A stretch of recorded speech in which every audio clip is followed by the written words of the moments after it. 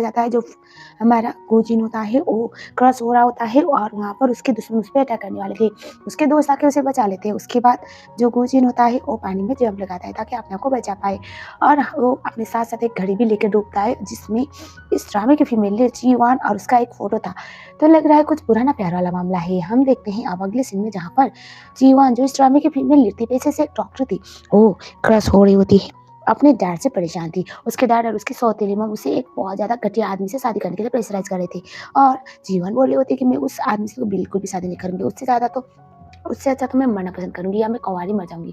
उसके पेरेंट्स बोले जा रहे होते हैं कि वो अच्छा खासा पैसा ऑफ़र कर रहा है। तभी जीवन होती है वो क्रश हो रही थी तो वो देखती है उसके गाड़ी के साइड पर तो गोजिन था जो मरी हालत में था। वो उसे देखती है पहले तो एक डॉक्टर होने के नाते से, इंसानियत के नाते से उसके पास आती है, बोलती है, "तुम ठीक हो ना? कौन हो तुम? और इस हाल में?" क्योंकि आर्मी के ड्रेस में था।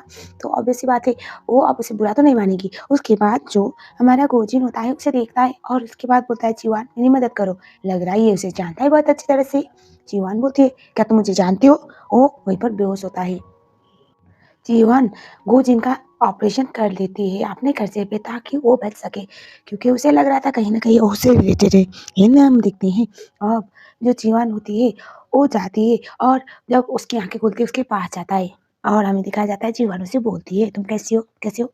गोजिन बोलता है, "मैं ठीक हूँ, थैंक यू मुझे बचाने के लिए।" वो बोलती है, "वो सब कुछ तो ठीक है लेकिन तुम मुझे जानते कैसे हो? तुम्हें मेरा नाम कैसे पता है?" वो बोलता है, "क्योंकि तुम मेरी वाइफ़ हो।" वो बोलती है, "क्या?" तभी उसका हाथ पकड़ के बोलता है, "हाँ, तुम मेरी वाइफ़ ही हो ना? हम दोनों मैरिड है तो मैं तो सिर्फ़ तुम्हारा नाम जानूँगा ना, मुझे पता है मुझे एमनेशिया हुआ है, लेकिन मैं तुम्हें कभी भी नहीं बोला वाइफ़ी, ऐसा वो बोलता है। उसके बाद उसका हाथ पकड़ता है और उसके बाद हमें दिखाया जाता है, जीवन जो होती है वो नर्स की तरफ देख के इशारा कर रही होती है, ये क्या बकवास है? नर्स बोलती है, इशारा करती हुई कि शायद दिमाग में चोट लगा है ना, तो इसलिए प्लीज़ हैंडल कर लो, बेचारा बीमार है। उसके बाद वो बोलती है, "हाँ, हाँ, ठीक है, मुझे ना थोड़ा काम है, मैं तुमसे बाद में मिलती हूँ, तुम आराम करो" बोल के वहाँ से वो भाग जाती है और हमें दिखाया जाता है, जो गुंजन होता है, वो वहाँ पर स्माइल करता है, एक वाइल्ड सा स्माइल दे रहा था, देखने से ऐसा लग रहा था कि वो ड्रामा कर रहा है। और हमें दिखाया जाता है जीवन जो होती है वो बाहर की तरफ जाती है जहाँ पर उसके पापा आए हुए थे अपनी बीवी और अपनी बेटी के साथ। वो बोले जा रहे होते हैं कि तुम मेरा कॉल क्यों नहीं रिसीव कर रहे हो। जीवन बोलती है, हम हमेशा मुझसे लड़ने के लिए या फिर आप मुझे कुछ फोर्सफुली करवाने के लिए कॉल करते हो ना, तो मैं तो बिजी इंसान हूँ, आपकी तरह फालतू टाइम नहीं है मेरे पास। डैड बोलते हैं, तुम्हें मिस्टर वांग से शादी करनी पड़ेगी, वो बहुत बड़ा अमाउंट पे करने के लिए तैयार है, चलो चलो अभी के अभी मैसेज में साइन करने के लिए। ये सुनने के बाद जीवन बोलते हैं, काम करो, आपको इतना चुल मची हुई है, बेटी की शादी के लिए तो आपके पास एक और आपकी फेवरेट बेटी है, उसके साथ शादी करवाओ, मैं नहीं करने वाली। ये सुनने के बाद वो बोलती है, नहीं तुम्हें शादी तो करनी पड़ेगी। तभी जो होता है पापा को हमारी जीवन बोलती है, आपको शादी करने की शौक है, आप कर लो, आप ऐसे भी ऑलरेडी बहुत सारी शादियाँ कर चुके हो, मेरी लाइफ को बख्श दो, मैं आपकी कोई एटीएम मशीन नहीं हूँ। पापा उसको जोर का तमाचे लगाने वाले होते हैं। ऑलरेडी कुछ दिन देख चुका था, वहाँ पर आता है और उसके बाद उसके सिर का स्लैप खुद खाता है और वो तो शॉक में। वो बोलता है, आप हो कौन जो मेरी बीवी को पीट रहे हो? ये सुनने के बाद ससुर जी शॉक में और उसके बाद वो बोलेंगे, क्या बीवी कौन? कौन हो तुम? वो बोलते हैं, मैं इसका हस्बैंड हूँ। और ये सुनने के बाद वो बोलता है, नहीं ऐसा कैसे हो सकता है? ये तो मेरी बेटी है, ये अनमैरिड है।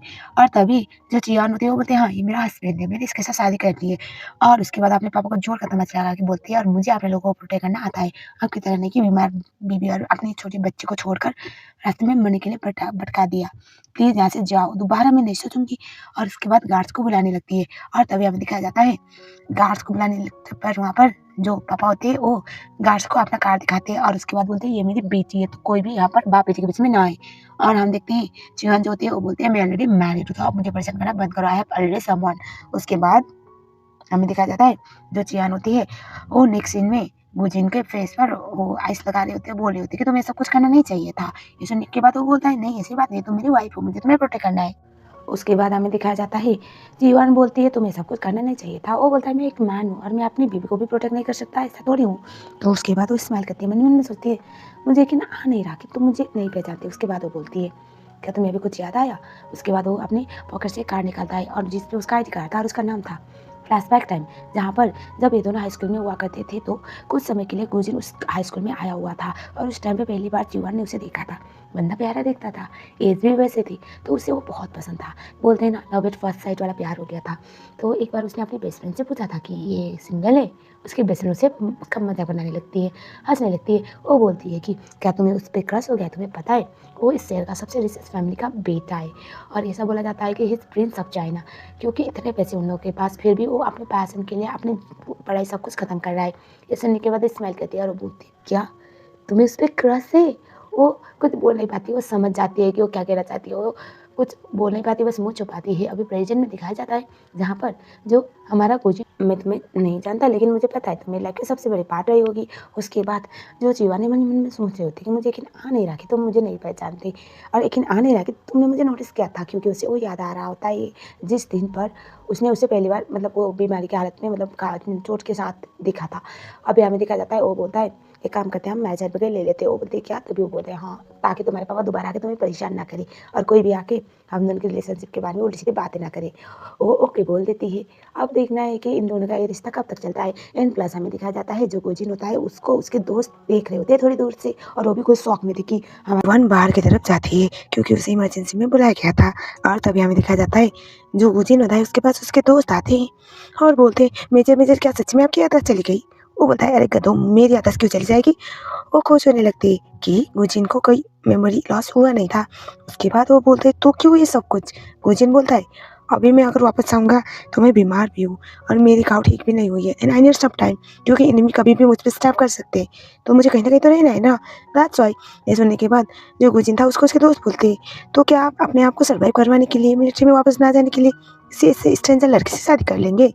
वो बोलता है स्ट्रेंजर? जिसने बोला जीवन स्ट्रेंजर है मेरे लिए, मैं उसको बहुत साल से जानता हूँ। ऐसा वो बोलता है, स्माइल करता है।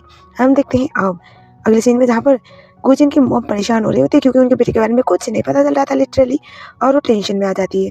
हम देखते हैं अब जो गुजिन होता है वो और जो जीवन है वो मेरे रजिस्टर सर्टिफिकेट लेने के लिए गए हुए थे, और वहाँ पर जाने के बाद वो उसे रोकती है और बोलती है आर यू श्योर तुम्हें करनी है मुझसे शादी?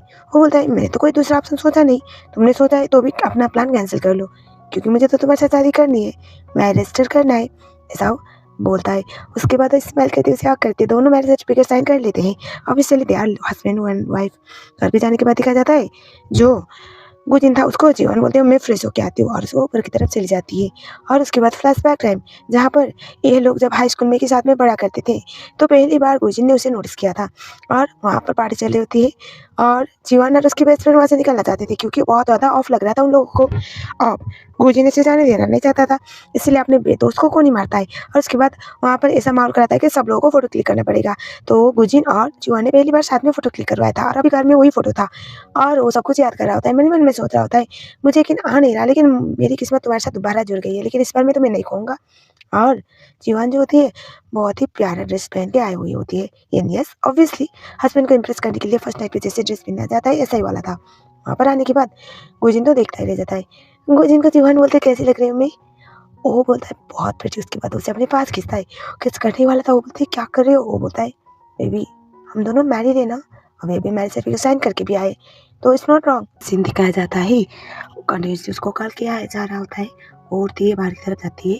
जिस बंदे के साथ उसका रिश्ता पक्का हुआ था वो कॉल करके उसे धमकाया जा रहा था, और जीवन बोलती है मुझे तुमसे कोई शादी-वादी नहीं करनी और ना ही मैं तुम्हारी धमकियों से डरती हूँ, मुझे परेशान करना बंद करो। उसके बाद हमें दिखाया जाता है वहाँ पर गुजिन आता है, उसे पीछे से करता है और उसके बाद वो फ़ोन को काट देती है, और उसके बाद वो बोलती है तुमने सब कुछ सुन लिया क्या? वो हँसता है और वो बोलता है मेरी वजह से तुम्हें सब कुछ झेलना पड़ा है ना, तुम्हारा प्रोफेशनल लाइफ खराब तो नहीं होगा? ये सुनने के बाद स्माइल करते बोलते नहीं, मैं डील कर लूँगी, टेंशन मत लो। और उसके बाद वो बोलता है तो क्या अब क्या प्लान है? तुम क्या आज काम पे जाने वाली हो? हमारी मैच के दूसरे दिन पर इट्स नॉट गुड। वो बोलती है मुझे काम करना है। वो बोलती है क्यों तुम्हें जॉब से निकाले जाने का डर है? वो बोलते हैं नहीं ऐसी बात नहीं है, मुझे काम करना है क्योंकि मुझे किसी को प्रोटेक्ट करना है, मुझे काम करना है क्योंकि मुझे किसी के साथ अपना फ्यूचर देखना है। वो बोलता है कौन? वो मन ही मन सोचती है तुम, लेकिन वो नहीं बोलती नहीं, वो बस बोलती है कि इट्स अ सीक्रेट। और उसके बाद वो हँसता है, उसके बाद वो बोलती है तुम्हारा क्या? तुम क्या करने वाली हो? वो बोलता है मेरा भी सीक्रेट है, तो मैं बाद में बताऊँगा। और उसके बाद हम देखते हैं सीन को काटा जाता है, और नेक्स्ट सीन जहाँ पर उसके स्टेप सिस्टर आके उसको बहुत ज़्यादा डाँटे जा रहे होते क्योंकि उसने मिस्टर वांग को टोटली इग्नोर कर दिया और रिसीव बैक भी नहीं कर रही, उसकी बातें सुन भी नहीं रही थी, और इस बात की वजह से वो बहुत गुस्से में थी। और ये सुनने के बाद उसे इतना गुस्सा आया, और इनफैक्ट वो तो गुजिन के बारे में ऐसा बोले जा रहे थे कि कोई वाइल्ड मैन के साथ तुमने शादी करके हमारी फैमिली को बहुत ज़्यादा पूरा फील करवाया है। तभी जो जीवन होती है वो बोलती है मैं जो भी करूँ जैसा भी करूँ इससे आपको फ़र्क पड़ना नहीं चाहिए, प्लीज़ गेट आउट। सुनती नहीं, वो बोलती है बहन अगर आपको इतना ही पसंद है वो बंदा तो तुम ही करो। क्रिएट करने की ट्राई कर रही होती है, उसी समय में एंट्री लेती है उसकी होने वाली सास मम्मा मिंटू से। वो दरअसल गुजिन की मॉम होती है, वो सर दर्द के बहाने से अस्पताल में आई हुई होती है क्योंकि उन्होंने ये पता किया था जो हमारी बंदी है वान वो एक डॉक्टर बन चुकी है। और वहाँ पर उनके आने के बाद उसकी बेटी को यानी कि जीन्स की बहन को वहाँ से जाना पड़ता है और हमें दिखाया जाता है जो वानी होती है वान वो जीवान आंटी से बोलती है आंटी आपको कोई हेल्थ इश्यू है। तभी वो बोलते हैं बेटा तुमने मुझे पहचाना नहीं।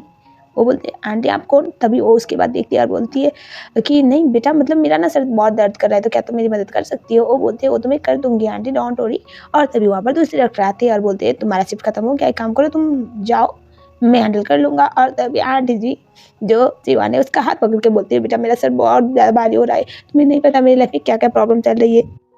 जीवान पूछती है आंटी क्या हुआ। वो बोलती है ऐसे कहने के लिए तो मेरे दो बच्चे एक बेटा एक बेटी है। बेटा तो बिल्कुल भी घर पे नहीं आता कभी किसी से बात भी नहीं करता और बेटी है बेटी भी किसी काम की है ही नहीं।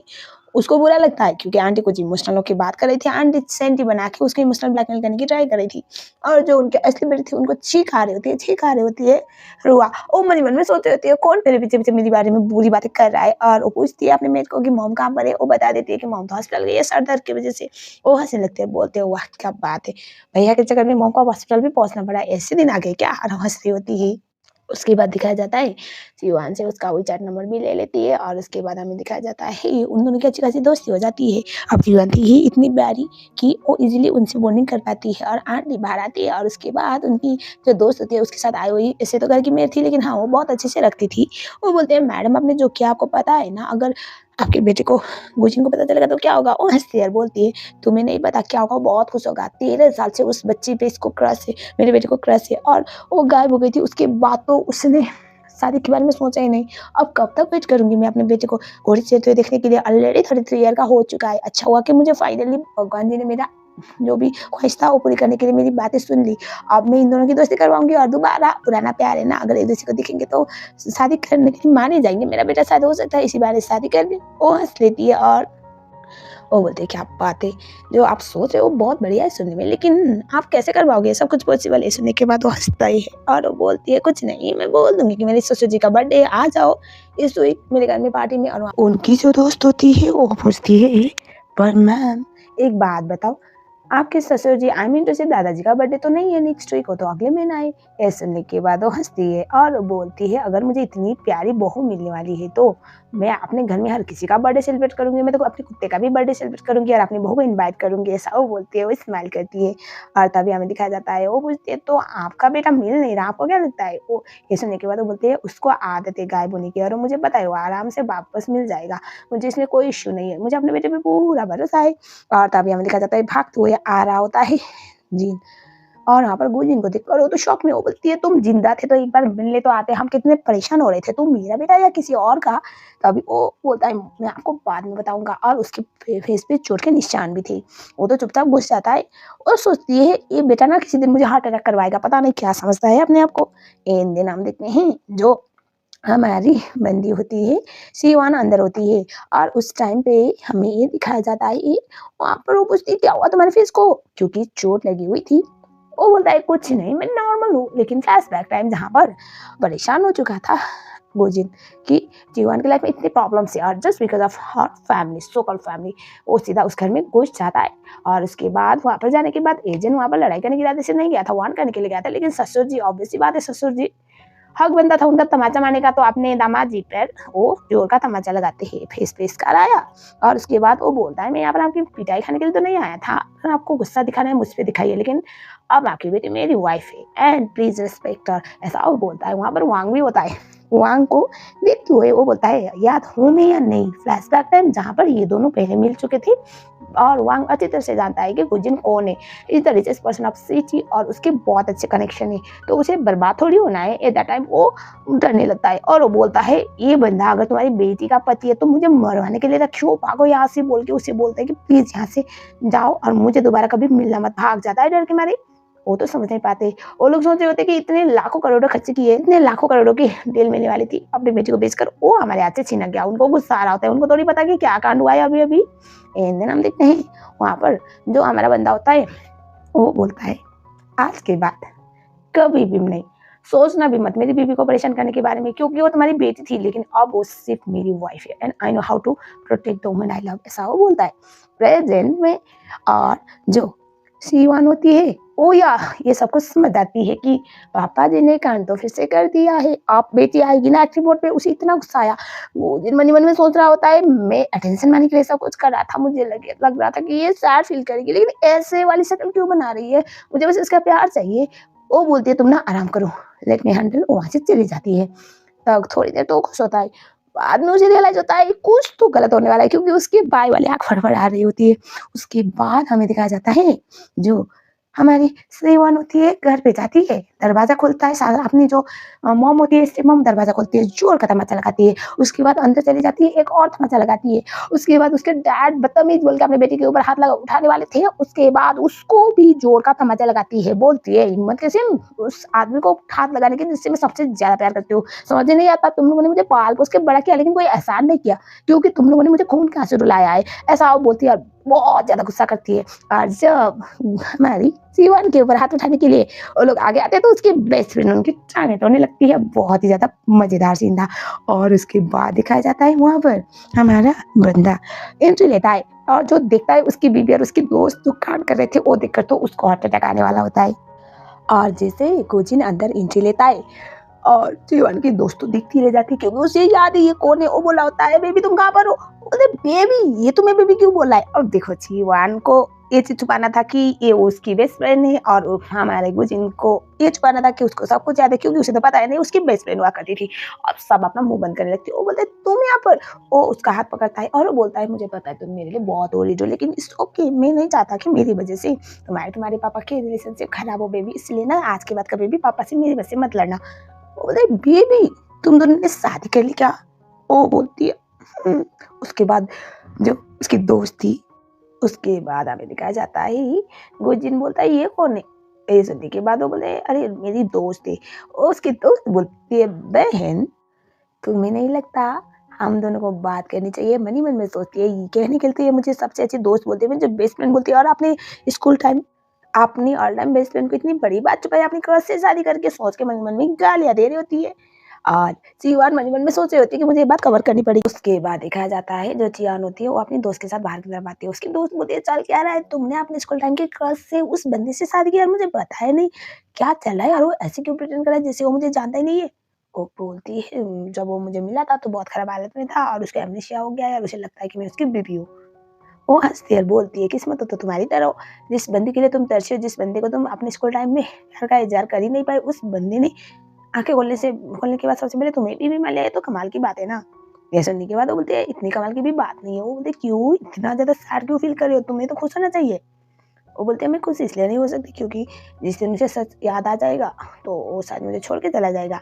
ऐसे सुनने के बाद वो बोलते हैं तुम टेंशन मत लो ना, तुम्हें अपने प्यार पे भरोसा है। अगर भगवान जी तुम्हें इस तरह से बार-बार मौका दिए जा रहे हैं means there must be something ना, वरना कुछ ना कुछ तो हो जाता आज तक। लेकिन देखो तो वो तुम्हारा हस्बैंड है, जिस बंदे के लिए तुम तरसी हो, जिस बंदे को तुम प्यार का इज़हार करना चाहती थी, तुम डरती थी कि कहीं वो तुम्हें रिजेक्ट ना कर दे, वो सीधा-सीधा आके तुम्हें बीवी बोला, तुम्हें शादी करनी पड़ी। You both are legally married, इसमें गलत क्या है? जब तक तुम हिम्मत नहीं हारोगी ना, कभी तुम्हारे साथ कुछ गलत नहीं होगा। डोंट वरी, मैं हूँ तुम्हारे साथ, I am with you baby. ऐसा बोलती हो, थोड़ी-सी रिलैक्स महसूस करती है। उसके बाद हमें दिखाया जाता है जो वो जिन होता है अंदर से बाहर आता है और बोलता है बेबी क्या हुआ? ये सुनने के बाद वो बोलता है कुछ नहीं, कुछ नहीं। और उसके बाद वो अपनी फ्रेंड को इंट्रोड्यूस करवाती है। वो बोलता है हाय। उसके बाद वो बोलता है मैं मैरिड हूँ, तो प्लीज़ मेरे ऊपर डोरे मत डालना बहना। वो मन ही मन में सोचती है इस गधे को लगता है कि मुझे इस पे क्रश है, मैं पागल हूँ, मैं ऐसी बेस्ट फ्रेंड नहीं हूँ जो अपने खुद के बेस्ट फ्रेंड के हस्बैंड को छीनूंगी। इसने मुझे समझ के क्या रखा है, और इतना भी खास नहीं दिखता। मेरी फ्रेंड की ना आंखें कमजोर है बोल के मन ही मन में हंस रही होती है। और उसके बाद ये दोनों जाने लगते हैं, और हमें दिखाया जाता है जो गुजिन होता है वो बोलता है वो तुम्हारी दोस्त है, हाई स्कूल टाइम में साथ में पढ़ते हैं, मीन्स मैं भी साथ में होऊंगा ना। वो बोलती है हाँ तुम्हें कुछ याद आया? वो बोलता है हाँ, एक्चुअली मुझे ऐसा फ़ील हुआ कि मैं हाई स्कूल टाइम पे तुम्हें बहुत पसंद करता हूँगा। और वो डर जाती है क्योंकि उसने तो इसको हाई स्कूल टाइम की बात की ना, and according to the rule इसको तो अभी अमनेशिया होना था, तो वो हाई स्कूल के टाइम की बात किया तो अब वो डर गई। वो गाड़ी को रोकती है, बोलती है क्या तुम्हें सब कुछ याद आ गया? वो बोलता है मुझे याद तो नहीं आया, लेकिन तुम्हारे दोस्त तुम्हारा मतलब जो भी रवैया है वो सब कुछ देख के मुझे इतना यकीन हो गया कि तुम बहुत प्यारी हुआ करती थी शायद हाई स्कूल में, जिस बात की वजह से मैं तुमसे बहुत प्यार करता था। तुम्हारी इनोसेंस पे शायद मैं बताऊँगा। वो मन ही मन में सोचती है मुझे क्या करना चाहिए, मुझे समझ में नहीं आ रहा। फ्लैशबैक टाइम जहाँ पर वो हमेशा उसे ताड़ा करती थी, टेक्निकली ताड़ना ही बोलते हैं उसको। और जो हमारा गुजिन होता है उससे वो एक ही बार उस क्लब पे मिली थी, मतलब वो लोग जहाँ पर पार्टी करने गए थे और एक ही बार में उन लोगों ने फोटो क्लिक किया था। टेक्निकली उसके हिसाब से गुजिन ने उसे एक ही बार नोटिस किया, हालांकि ये दोनों किसी को अच्छे से नोटिस कर चुके थे फिर भी। एंड देन ओ मन ही मन में सोचती है क्या ये मुझे छोड़ देगा, लेकिन बाद में सोचती है अब इतना सोचूंगी तो क्या होगा, इतना मुझे सोच के अपना सब कुछ खराब नहीं करना, ऐसा मन ही मन में सोचती है। उसके बाद वो पूछती है तुम क्या मुझे बता सकती हो उस टाइम पे तुम्हें किसी पे क्रश था क्या? तो फ्लैशबैक टाइम जहाँ पर जो गुजिन होता है वो उससे प्रपोज करने के इरादे से ही फ्लावर का बुके लेकर फुल कॉन्फिडेंस में गया था। और वहाँ पर ऑलरेडी जीवान परेशान थी, बिकॉज उसे ऐसा लगता था कि शायद अगर वो अप्रोच कर देगी गुजिन को तो शायद वो उससे रिजेक्ट करेगा, दोस्त भी ना माने या फिर उससे देखना भी ना चाहे। वो इस घबराहट में कभी बोलती नहीं थी और यही बातें कर रही थी, लड़के का नाम नहीं बोली थी, लेकिन उसके फ्रेंड उसे इनकरेज किए जा रहे थे कि तुम्हें एक बार तो ट्राई करना चाहिए। वो यही बोल के उसका मुंह बंद करती कि मैं उसकी नज़र में बुरी बनना नहीं चाहती। अब ये सुन के उसे अब बुरा लगता है, यार ये तो किसी और को लाइक करती है, मैं प्रपोज करूंगा तो ऐसे ही पोपट हो जाएगा और मेरा दिल टूटेगा, इससे बेटर मैं प्रपोज ही ना करूँ। यस यही फ्लैशबैक अभी प्रेजेंट में गुजिन मन ही मन में सोच रहा होता है। तुम किसी को लाइक करती थी तो मैं कैसे तुम्हें अपने दिल की बात बताता, और उस टाइम पे हमें दिखा जाता है कॉल आता है गुजिन के मॉम का कॉल आता है अपनी बहू को, और वो कॉल वीडियो कॉल रिसीव करती है। वो बोलते हैं बेटा एक्चुअली मेरे ससुर जी का बर्थडे है तो क्या तुम मिलने के लिए आ सकती हो? वो बोलते हैं आंटी मैं तो एक रैंडम डॉक्टर हूँ और आपके पास तो पहली बार मिली थी ना, तो मैं कैसे? तभी वो बोलते बेटा प्लीज आ जाओ ना। उसके बाद दादाजी की तरह कैमरा घुमाती है और बोलती है बेटा आ जाओ, और हमें दिखा जाता है तभी गुजिन होता है वो जो शिवान होती है उसके फेस की तरफ हाई करता है। मॉम बोलते बेटा तुम, उसके बाद बोलते बेटा आंटी आप, वो बोलते नहीं नहीं नहीं मेरा मतलब। उसके बाद हमें दिखाया जाता है जो गुजिन होता है वो उसको ऐसे बोलता है कि बात करो। उसके बाद दादाजी की तरफ कैमरा घुमा के बोलती है बेटा अब दादाजी की कितनी ही उम्र है तुम्हें नहीं पता, दादाजी हमेशा बीमार पड़ते रहते हैं, उनकी बर्थडे की सेलिब्रेशन चल रही है तो आ जाओ ना। वो बोलते ठीक है आंटी मैं अपने हस्बैंड के साथ बात करके आती हूँ। उसके बाद वो कैमरा हस्बैंड की तरफ आई मीन जैसे गुजिन की तरफ घुमाती है, गुजिन बोलता है ठीक है विल डिस्कस। उसके बाद फोन को काट देती है और हमें दिखाया जाता है मॉम जो होती है वो अपने ससुर जी को बोल रही होती है आप अच्छी एक्टिंग भी नहीं कर सकते। ससुर जी बोलती है दुनिया की पहली बहू होगी तुम जो अपने खुद की बहू के लिए मुझे मार रही हो। ये सुनने का तो हंसती यार, बोलती है अरे डैड माफ कर दो, लेकिन आपको ये सब कुछ करके परपति बहू भी तो मिल रही है ना, पोती बहू भी, आप खुश हो जाओ ना। वो बोलते ठीक है चलो देखते हैं। और उसके बाद मॉम बोल रहे होते कि ये एक ही चांस है जिससे इन दोनों को साथ में किया जा सकता है यार, कौन नहीं चाहेगा इतनी प्यारी बहू अपने घर पे, डॉक्टर है, प्रीति दिखती है, मेरी बेटी की क्रश है और उसके साथ अब उससे शादी भी कर दिया हुआ, कितनी अच्छी बात है। ऐसा लग रहा है सब कुछ अच्छा ही हुए जा रहा है। और तभी गुजिन की बहन बोलते मॉम मुझे भी पार्टी में आना है। वो बोलते तुम नहीं आ सकती। वो बोलते क्यों? तभी बोलते मैंने तुम्हारा जो इमेज बनाया हुआ है ना, अगर तुम आई तो मेरा पूरा प्लान पोपट हो जाएगा बेटा, ऐसा बोल के उसका मुंह बंद करवाती है। इन दिन हम देखते हैं अब जो गुजिन होता है वो बोलता है क्या तुम्हें इन आंटी की पार्टी में जाना है? वो बोलते हैं हाँ आंटी इतना इंसिस्ट कर रही है ना तो प्लीज चलो ना। वो बोलता है मैं क्यों? तभी बोलते प्लीज हाँ प्लीज बोल के उसको मस्का लगा रही होती है। और तभी वो बोलता है तुम्हारा कन्विंस करने का तरीका बहुत कैजुअल है। वो बोलते इतनी लालच भी मत भरो। उसके बाद वो बोलता है चलो ठीक है मैं तुम्हारे साथ जाऊंगा, लेकिन मैं उसके लिए पहले कुछ प्रिपेयर किया हुआ था, तुम्हें उससे एक्सेप्ट करना पड़ेगा। वो बोलते ठीक है तुम जो बोलोगे वो करोगे, लेकिन मेरे साथ मेरे पार्टनर बन के चल लेना ठीक है। वो बोलता है हाँ। उसके बाद एक शॉप में दिखा जाता है जहाँ पर ये दोनों हमारी बंदी के लिए ड्रेस ट्राई करने के लिए गए। बहुत ही प्यारा ड्रेस पहन के उसके सामने आ जाती है। यस दादाजी के बर्थडे के लिए तो जाना था। वो तो देखता ही रह जाता है। जब जीवाणु से पूछती है कि मैं कैसी लग रही हूँ, थोड़ी देर तक तो उसका मुंह खुला रह गया था। उसके बाद उसके पास आता है, उससे बोलता है चलो ये सैंडल्स पहनो। वो उसे गोद में उठा के सोफे में रखता है। हाय कितने प्यारे मोमेंट्स है। और तभी हमें दिखाया जाता है जीवान थोड़ी सी अनकंफर्टेबल थी। वो बोलते हैं अरे मत करो मैं कर लूंगी। तभी वो बोलते हैं नहीं चुपचाप रहो मुझे करने दो। तभी वहां पर आता है जैंग इस ड्रामे में गुजिन का बेस्ट फ्रेंड हुआ करता था। तो अभी वो आता है और वो बोला होता है कि मैंने सुना गुजिन तुम यहाँ पर किसी लड़की को लेके आए हो, बताओ कौन है कौन? मैं भी तो आंटी को बताऊँ ना, उनको उनके बहू मिलने वाली है। उसके बाद तो जीवन को दिखता है, जीवन को देख के बोलता है जीवन तुम। उसके बाद जीवन मन में सोचती है ये दोनों तो सबसे अच्छे दोस्त हुआ करते थे हाई स्कूल टाइम पे, क्या इसको पहचानेगा? और तभी जो गुजिन होता है वो अपने दोस्त की तरफ घूर के देखता है। और उसके बाद जियांग मन में सोचता है भाई कुछ तो सिग्नल दे, मुझे लगता है मैं गलत टाइम पे आया हूँ। उसके बाद जीवन बोलती है तुम दोनों बहुत अच्छे दोस्त थे ना? वो बोलते हैं हाँ। अरे याद है तुम्हें तुम कितनी अच्छी थी पढ़ाई में, और मेरा दोस्त स्कूल का सबसे बड़ा पॉपुलर बंदा, और तुम्हें याद नहीं क्या? वो बोलते नहीं ऐसी बात नहीं है, एक्चुअली गुजिन को कुछ याद ही नहीं। वो बोलते क्या? तभी बोलते हाँ एक्चुअली इसको एमनेशिया हो गया ना तो इसे कुछ याद नहीं लिटरली। उसके बाद वो अपने दोस्त की तरफ मुड़ के दिखता है ऊपर से नीचे तक और बोलता है, इसकी शक्ल देख के लग नहीं रहा कि इसका एमनेशिया होना चाहिए, आर यू श्योर? और मन ही मन में सोच रहा होता है, भाई कुछ सिग्नल तो दे ताकि मैं तेरी हेल्प कर पाऊँ, मुझे पता है तो इसको बहुत लाइक करता था। फाइनली अगर ये तेरे साथ है कुछ तो बात होगी। तभी गुरजिन जो होता है बात एस्केलेट ना हो इसकी वजह से वो बोलता है जीवान को कि चलो चलो मुझे ना घर जाना है, जल्दी चलो बोल के उसे वहां से लेके चला जाता है। जियांग सोचता है जिस लड़की को पाने के लिए इसने सारी मन्नतें मांगी हुई थी वो लड़की इसके साथ है और ऐसा एटीट्यूड दिखा रहा है जिसके मैं इससे छीन लूंगा, इतना भी बुरा दोस्त नहीं हो। उसके बाद उसका बंदा आके बोलता है उन्होंने तो पे नहीं किया। उसके बाद बोलता है अरे तू मुझे यहाँ पे जाने का ड्रामा कर रहा था, पैसे तो पे करके जाता, फिर से तूने मुझे चुना लगा दिया, ऐसा वो बोलता है। बाहर जाने के बाद जीवान उसे बोलती है वो तुम्हारा सबसे अच्छा दोस्त हुआ करता था इसको टाइम में, तुम्हें याद नहीं? उसे बुरा लगा होगा। वो बोलता है मेरे लिए अभी सबसे ज़्यादा ज़रूरी तुम हो, तुम मेरे सामने हो, मैं तुमसे प्यार करता हूँ, तुम मुझसे प्यार करती हो, तो मुझे बाकी लोगों से कोई मतलब नहीं, ऐसा वो बोलता है। आप जीवन मन ही मन में सोचती है कि अगर इसको सच पता चलेगा तो ये क्या मुझे छोड़ के जाएगा, इतनी अच्छी चीज़ें मेरे मुझसे दूर हो जाएगी। उसके बाद हमें दिखाया जाता है ये लोग चले जाते हैं दादाजी के बर्थडे के लिए। वहाँ पर काफ़ी ज़्यादा ग्रैंड सेटअप था, ऑब्वियसली चाइना का one of the richest family में कोई इवेंट हो रहा था, हालांकि बर्थडे फेक था फिर भी। उसके बाद ये लोग निकलते हैं और आंटी से मिलती है। जीवन जीवन अपने आप को और अपने हस्बैंड को इंट्रोड्यूस करवाती है। अब हालांकि ये तो उसी का घर था और आंटी इतनी खुश थी उसकी मदर इन लॉ की, बोलती है ये पापा है। उसके बाद बोलती है पापा, तो उसके बाद बोलती है अरे सॉरी मैं गलती से, मेरे तो पापा है लेकिन तुम लोगों के दादाजी है और इनका बर्थडे है। उसके बाद सब लोग बोलते हैं चलो चलो अंदर चलो। उसके बाद जीवन जो होती है वो आंटी के साथ अंदर की तरफ चली जाती है। उसके बाद दिखाया जाता है जीवन जो थी वो तो अपनी मदर इन लॉ के साथ अंदर चली गई और वहाँ पर दादाजी बोलते हैं मैंने कभी सोचा नहीं था इस जन्म में, इस लाइफ में मुझे अपनी बहू पे देखने को मिलेगी, पोती बहू। वो हंसता है और बोलता है दादाजी मैंने इस वक्त के लिए बहुत इंतजार किया है, अपने आप को अपने प्यार से मिलाने के लिए। उसके बाद हमें दिखाया जाता है अंदर की तरफ जहाँ पर जो गुजिन होता है अकेले बैठा हुआ होता है। उस समय पर वहाँ पर जीवन आती है और वो वहाँ पर टाइम पास कर रही थी, मतलब लोगों से मिल रही थी, केक खा रही होती है। वहाँ पर जहंग आता है और बोलता है भाई तूने मुझे बुलाया नहीं, तू मेरा सबसे अच्छा दोस्त थी, दादाजी का बर्थडे था।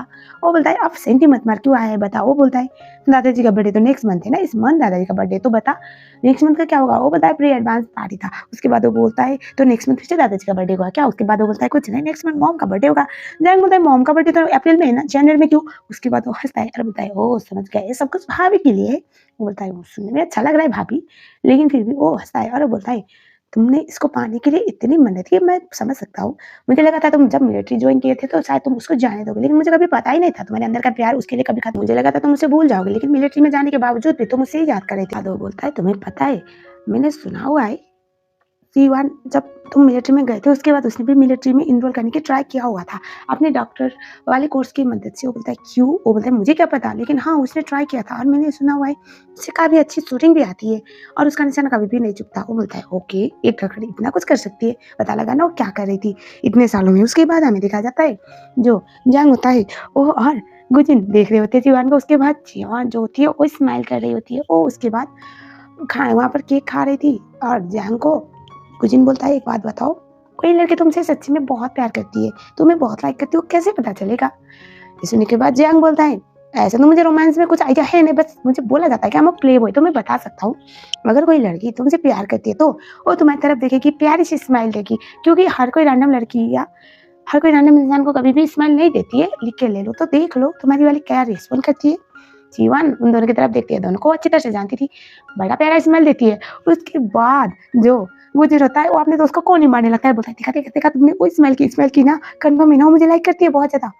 वो बोलता है अरे वो तो ठीक है लेकिन ये तुम्हारी मिलिट्री वाली बॉडी मुझ पे क्यों बरस रही है, अरे इतना मत मार मुझे दर्द होता है, ऐसा वो बोलता है। उसके बाद हमें दिखाया जाता है वो बोलता है तुम्हें मेरी मदद करनी पड़ेगी, जब तक मैं इसका पूरी तरह से दिल ना जीतूं, जब तक ये मुझे पूरी तरह से अपना ना ले, मेरी असलियत में बता सकते हो। इस्तेमाल करता है और बोलता है एक लड़की ना इंसान को क्या बनाती है मैं देख सकता हूँ, सबसे डिजायरेबल बैचलर और अपनी बीवी के आगे पीछे इस तरह से मन रहा है, नॉट बैड। उसके बाद वो हंसता है और उसके बाद वो जीवन से बात करने के लिए जाता है और उस टाइम पे जीवन उसे बोलती है अगर उसे याद आया तो क्या उसे वो मुझे छोड़ देगा। वो बोलता है तुम्हें क्या लगता है। वो बोलती है नहीं जो भी हो लेकिन मेरी मदद करनी पड़ेगी तुम्हें। वो बोलता है क्यों। तभी वो बोलती है मुझे पता है तुम मेरी बेस्ट फ्रेंड को बहुत लाइक करती हो और उससे चेज करना चाहती हो, अगर तुम मेरा घर बसाने में मदद करोगे तो मैं तुम्हारे बारे में सोच सकूँ, वरना मैं तुम्हारे सारे राज खोल दूंगी अपनी बेस्ट फ्रेंड और उसकी फैमिली के सामने। एक बात याद रखना, मेरी बेस्ट फ्रेंड हमेशा अपने पेरेंट्स की बातें सुनती है, तो फँस जाओगे। वो हँसता है और वो मन-ही-मन में सोचता है नॉट बैड। और उसके बाद हम देखते हैं अगले सीन में जहाँ पर जो चिवान होती है देखती है गुजिन वहाँ से जा रहा है, जाने वाले होते हैं, वहाँ पर दोस्त आने की वज़ह से उसे बात करना पड़ता है। और जो गुजिन होता है वो क्रश हो चुका था और वहाँ पर उसकी असली वाली बहन वहाँ पर आई हुई थी। वो बोलता है मॉम ने बोला था ना तुम्हें पार्टी में नहीं आना। तभी वो बोलती है मुझे अपने भाभी से बात करनी है और तुम बोले नहीं आना, मैं कैसे मत आऊँ? ऐसा वो बोल के वो वहाँ पर उसे इरिटेट कर रही होती है। दोनों भाई-बहन के बीच में बात हो रही होती है। जीवान वहाँ पर आ पहुँचती है, लेकिन थोड़ा दूर थी और उसे नहीं पता ना ये उसकी बहन है। अब आंटी जी ने ऑलरेडी माहौल को खराब किया हुआ था, झूठ बोल कर के उसकी बहन अच्छी नहीं है और वो यहाँ पर रहती भी नहीं है।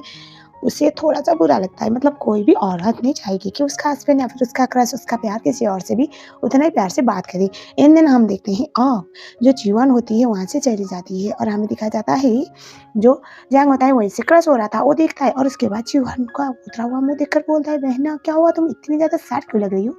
वो बोलती है, "वो लड़की" मन-ही-मन में सोचता है, "इसको जलन हो रही है क्या? क्या बात है?" उसके बाद वो सोचता है मन-ही-मन में, "चलो मेरे भाई का थोड़ा-सा भला कर दूँ।" इसके मन में जेलसी आ रही है और बढ़ा दूँ। वो बोलता है, "एक्चुअली ये लड़की उसको बचपन से जानती है और बहुत ज़्यादा लाइक करती है, उसको हमेशा पागल की तरह पसंद करती है, तो थोड़ा-सा भाव देना खुश हो जाती है।" उसे और बुरा लगता है। उसके बाद उसका मूड ऑफ था, जा रही होती है बाहर की तरफ वहाँ पर, क्योंकि वो तो वहाँ पर गुजिन की पार्टनर बन के आई थी, सब लोग तो जानते हैं ना गुजिन को। एंड बिकॉज़ ऑफ दैट वहाँ पर 2 लड़कियाँ होती हैं, वो सीधा जानबूझ के जो जीवान है उसके कपड़े पर ड्रिंक गिरा देती है। एंड देन हमें दिखाया जाता है जो उस वक़्त पर वहाँ पर जो तमाशा होता है, भाग के मॉम आती है, दादाजी आते हैं और सिस्टर आती है और उसके बाद गुजिन भी आ पहुँचता है, जैंग भी आ पहुँचते हैं। उसके बाद जो गुजिन होता है वो जीवान को कवर करता है और बोलता है, "बेबी तुम ठीक हो ना?" और उसके बाद उसे गोद में उठाता है। मॉम बोलती है, "आप लोग जाओ, लेट मी हैंडल।" उसके बाद उन 2 लड़कियों को पूछती है कि तुम लोगों की फैमिली का नाम बताना ज़रा। वो तारीफ़ें पाने की उम्मीद से अपनी फैमिली का नाम बताते हैं। उसके बाद जो होना था वो तो हो चुका है, आप लोग समझ गए होंगे। उनको खून के आँसू रोने पड़ते हैं। उसके बाद अंदर कमरे में जो गुजिन का कमरा था वहाँ पर उसको लेके जाता है और उसके बाद वो वहाँ पर बहन आती है और वो बोलती है, "ये कपड़े मेरे तो आप ट्राई करो, शायद फिट आ जाए अभी के लिए।" उसके बाद जो गुजिन होता है वो बोलता है, "तुम ड्रेस चेंज करो, मैं बाहर चला जाता हूँ।" वो बोलते हैं, "तुम यहाँ पर रहो, तुम दोनों जाओ बाहर।" उसके बाद वो लोग चले जाते हैं और उसके बाद जो गुजिन होता है उसको देखते हुए जीवन चाहती उसका हाथ पकड़ती है, रोने लगती है। उसके बाद वो बोलता है, "क्या हुआ?" तभी वो बोलती है, "क्या तुम मुझे छोड़ दोगे?" वो बोलता है, "क्यों? ऐसा क्यों बोल रहे हो?" उसके बाद वो बोलती है कि, "तुम्हें सच्ची में कुछ याद नहीं?" वो बोलता है, "नहीं।" और उसके बाद वो बोलती है, "मेरी मदद करो कपड़े चेंज करने में।" उसके बाद उसके कपड़े चेंज करने में मदद करने वाला था, वो अपने आप को होल्ड नहीं कर पाता, उसके बैक पे किस करता है। उसके बाद वो रो रही होती है, वो उसे बोलता है, "आई एम सॉरी, मैं तुम्हें प्रोटेक्ट नहीं कर पाया, मुझे नहीं लगा था आज ऐसा कुछ भी होगा।" मन ही मन में गिल्टी में था कि जीवान को पहली बार वो जिन इस घर में उसकी बीवी और इस घर की बहू बन के आई थी और इतना गंदा कांड हो गया। वो उसे बोलती है, "नहीं, तुम्हारी कोई गलती नहीं।" वो बोलता है, "मेरी गलती है क्योंकि मैं तुम्हें प्रोटेक्ट नहीं कर पाया वाइफ, आई एम सॉरी।" उसके बाद मन ही मन में जीवान को ये बहुत अच्छा लगता है। उसे उसका जो अपनापन था वो महसूस हो रहा था। वो समझ रही थी कि शायद वो जिन उसको लाइक करने लगा है या प्यार करने लगा है, जो भी है। एंड देन ये दोनों एक-दूसरे को किस करते हैं, इंटीमेट होते हैं और उसके बाद हमें दिखाया जाता है अगला वाला सीन जहाँ पर जो वो जिन चिवाने नीचे आते हैं, चिवान कपड़े बदल चुकी थी, ऑब्वियसली बदलने थे। तो उसके बाद मॉम वहाँ पर आके वो बोलते हैं, "आई एम सो सॉरी बेटा, ऐसा कुछ हो गया, माफ़ कर दो, माफ़ कर दो।" वो बोलती है, "आंटी आपकी कोई गलती नहीं है।" दादाजी बोलते हैं, "फूल-सी बच्ची थी हमारी और इतना कुछ हो गया।" वो बोलते हैं दोनों को कि, "हम लोगों की कोई गलती नहीं है, इट्स ओके।" और उस टाइम पे वो बोलती है, "बेटा क्या तुम नेक्स्ट मंथ हमारे यहाँ पर आ सकती हो?" वो बोलते, "क्यों आंटी?" तभी वो बोलते, "मेरा बर्थडे है।" वो बोलते, "अच्छा।" और उसके बाद जो हमारा गुजिन होता है वो पीछे से अजीब-अजीब इशारे कर रहा था, मतलब मस्ती वाले, मज़ाक वाले, ताकि वो दिखा सके कि उसको प्यार करने वाली भी कोई है, उसकी बचपन वाली क्रश, हाई स्कूल टाइम से जो पे क्रश था, वो उसकी कितनी अच्छी बीवी है। उसके बाद वो अपने हस्बैंड को दिखती है गुजिन को, गुजिन बोलता है, "चलो, चलो आ जाएँगे।" उसके बाद वो बोलते, "ठीक है आंटी।" उसके बाद ये लोग यहाँ से चले जाते हैं बाहर की तरफ, जहाँ पर जैंग जो होता है, जैंग और गुजिन की बहन आ रहे होते हैं। अब गुजिन की बहन, अब हमें पता है, जैंग को पता है, उसे थोड़ी पता है गुजिन की बहन है। इस बात की वजह से उसे देखकर उसे गुस्सा आ रहा होता है मन ही मन में। और गुजिन की बहन आग में घी थपने का काम बोलती है, "बाय बेबी।" और वो बाय बोलता है, स्माइल करता है, मतलब दोनों भाई-बहन जो शरारत कर रहे थे वो तो चल ही रहा था। जीवन को इतना बुरा लगता है, मन ही मन में सोचती है, मेरे हस्बैंड को बेबी बोल रही है, इतना गुस्सा आया उसे। वो उसके बाद जो गुजिन है उसके हाथ को पकड़ के बोलती है, "अभी चलो अब घर चलते हैं, मुझे बहुत नींद आ रही है।" उसके बाद बोलता है, "चलो ओके।" और उसके बाद वो वहाँ से जाने लगता है। जैंग को इशारा करता है, देखा देखा ये लड़की मुझसे इतना प्यार करती है, जो इशारे कर रहा था। जैंग भी हँस रहा होता है और बोल रहा होता है मन ही मन में कि जा भाई ऐश कर ले, तुझे तेरा प्यार मिल जा रहे होते हैं। थोड़ा आगे जाने के बाद कोई गाड़ी उन दोनों को फॉलो कर रही थी। गुजिन समझ जाता है, अब उसे डील तो करना पड़ेगा ना, तो वो गाड़ी अचानक रुकता है और जो जीवन है वो समझ चुकी थी कुछ बात है। उसके बाद वो बोलते, "क्या हुआ?" वो बोलता है, कुछ नहीं, एक काम करोगी, मुझे ना बहुत प्यास लग रही है, तो तुम ग्रोसरी शॉप पे जाके कुछ पानी की बोतल लेके आओगे, मैं कॉल पे बात करता हूँ और तुम आके यहीं पर वेट करना, मैं कॉल खत्म करके आ जाऊँगा, ठीक है ना? वो बोलती, "क्या हुआ?" वो बोलता है, "कुछ नहीं, ट्रस्ट मी।" उसके बाद वो बोलते, "ठीक है।" उसके बाद वो घर से बाहर निकलता है, थोड़ा दूर जाता है और उसके बाद वो कॉल करके बोलता है यहाँ पर बहुत बड़ा प्रॉब्लम हो सकता है तो भाभी के लेने के लिए आ जाओ और वो सिक्योरिटी फोर्स भिजवा दो। उसके बाद वहाँ पर वो फिर से जीवन की तरफ देखता है और इशारा करता है तुम यहीं पर रुकना, ठीक है, मैं आ जाऊँगी, आ जाऊँगा। वो बोलती है अगर तुम नहीं आए ना ज़्यादा देर करी तो मैं आ जाऊँगी तुम्हारे पीछे-पीछे। उसके बाद हमें देखा जाता है जो गुजिन होता है थोड़ा आगे जाता है, वही लोग जिन लोगों ने गुजिन को पहले मारने की ट्राई किया था वो लोग उसे फिर से दोबारा पकड़ चुके थे। कुत्तों बिल्लियों की तरह यहाँ पर लड़ाई होती है and by God I don't know why मुझे इस बंदे पे इतना बड़ा क्रश है ना, बहुत बढ़िया तरीके से लड़ने लगता है। लेकिन अब इतने सारे लोग थे और गुजिन इस हाल में और विथआउट एनी आर्म, तो थोड़ा-सा मामला ढीला पड़ जाता है। उसके बाद वो लोग वहाँ पर गुजिन को मारने वाले होते हैं।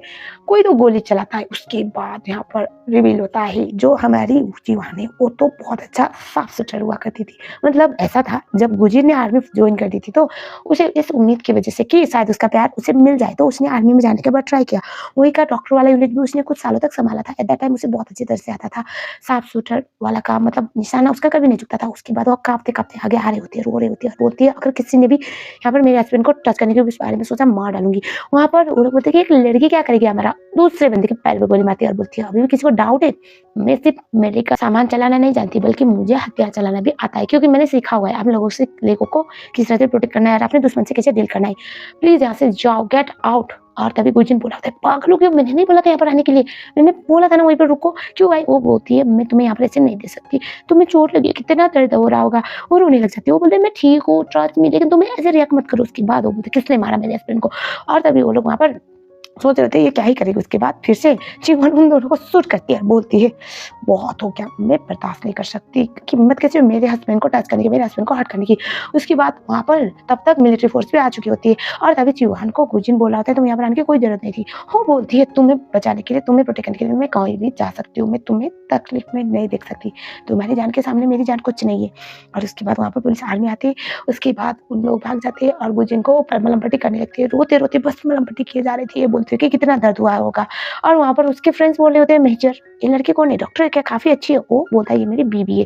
वो बोलता है आपकी चॉइस बहुत अच्छी है क्योंकि इस हाल में भी आपका अच्छे से वो देखभाल कर रही है। फर्स्ट एड के टाइम पे आपने पार्टनर को इससे दिक्कत तो लोग तो काँप जाते हैं, इसको कुछ नहीं हो रहा है, शी इज़ सो गुड। और उसके बाद जीवन मन में सोचते होते हैं कि मैंने किसी की जान ले ली। वो वहाँ पर गुजिन को लेके जा रहे होते हैं। गुजिन रुकता है और वो बोलता है जीवन मेरी बात सुनो, मुझे सब कुछ याद आ गया। वो डरती है और तभी वो बोलता है मुझे याद आ गया कि शायद मैं पुलिस में एक हार। और उसके बाद वो बोलता है और तुम मेरी वाइफ हो, शायद हम दोनों पहले से तुझको जानते हैं ना। वो मन ही मन में सोच रही होती है क्या है ये मुझे छोड़ने वाला है। वो बोलता है और आज जो भी हुआ उसमें तुम्हारी कोई गलती नहीं। 2 लोग जो दुनिया के लिए खतरा थे, आतंकवादी थे, वो लोग दुनिया में मरना ही डिजर्व करते हैं। तुमने जो किया वो सेल्फ डिफेंस में किया। I am proud of you, whole nation should be proud of you. तुम कभी भी इस बात के लिए अपने आप को ब्लेम मत करना कि तुमने किसी की जान ली। तुम डॉक्टर हो, तुम एक सुपर वुमन हो, तुम एक अच्छी वाइफ हो, तुम एक अच्छी इंसान हो और आज तुमने जो किया वो साबित करता है कि तुम दुनिया में अपने आप को प्रोटेक्ट करने के लिए, अपने लोगों को प्रोटेक्ट करने के लिए कुछ भी कर सकती हो।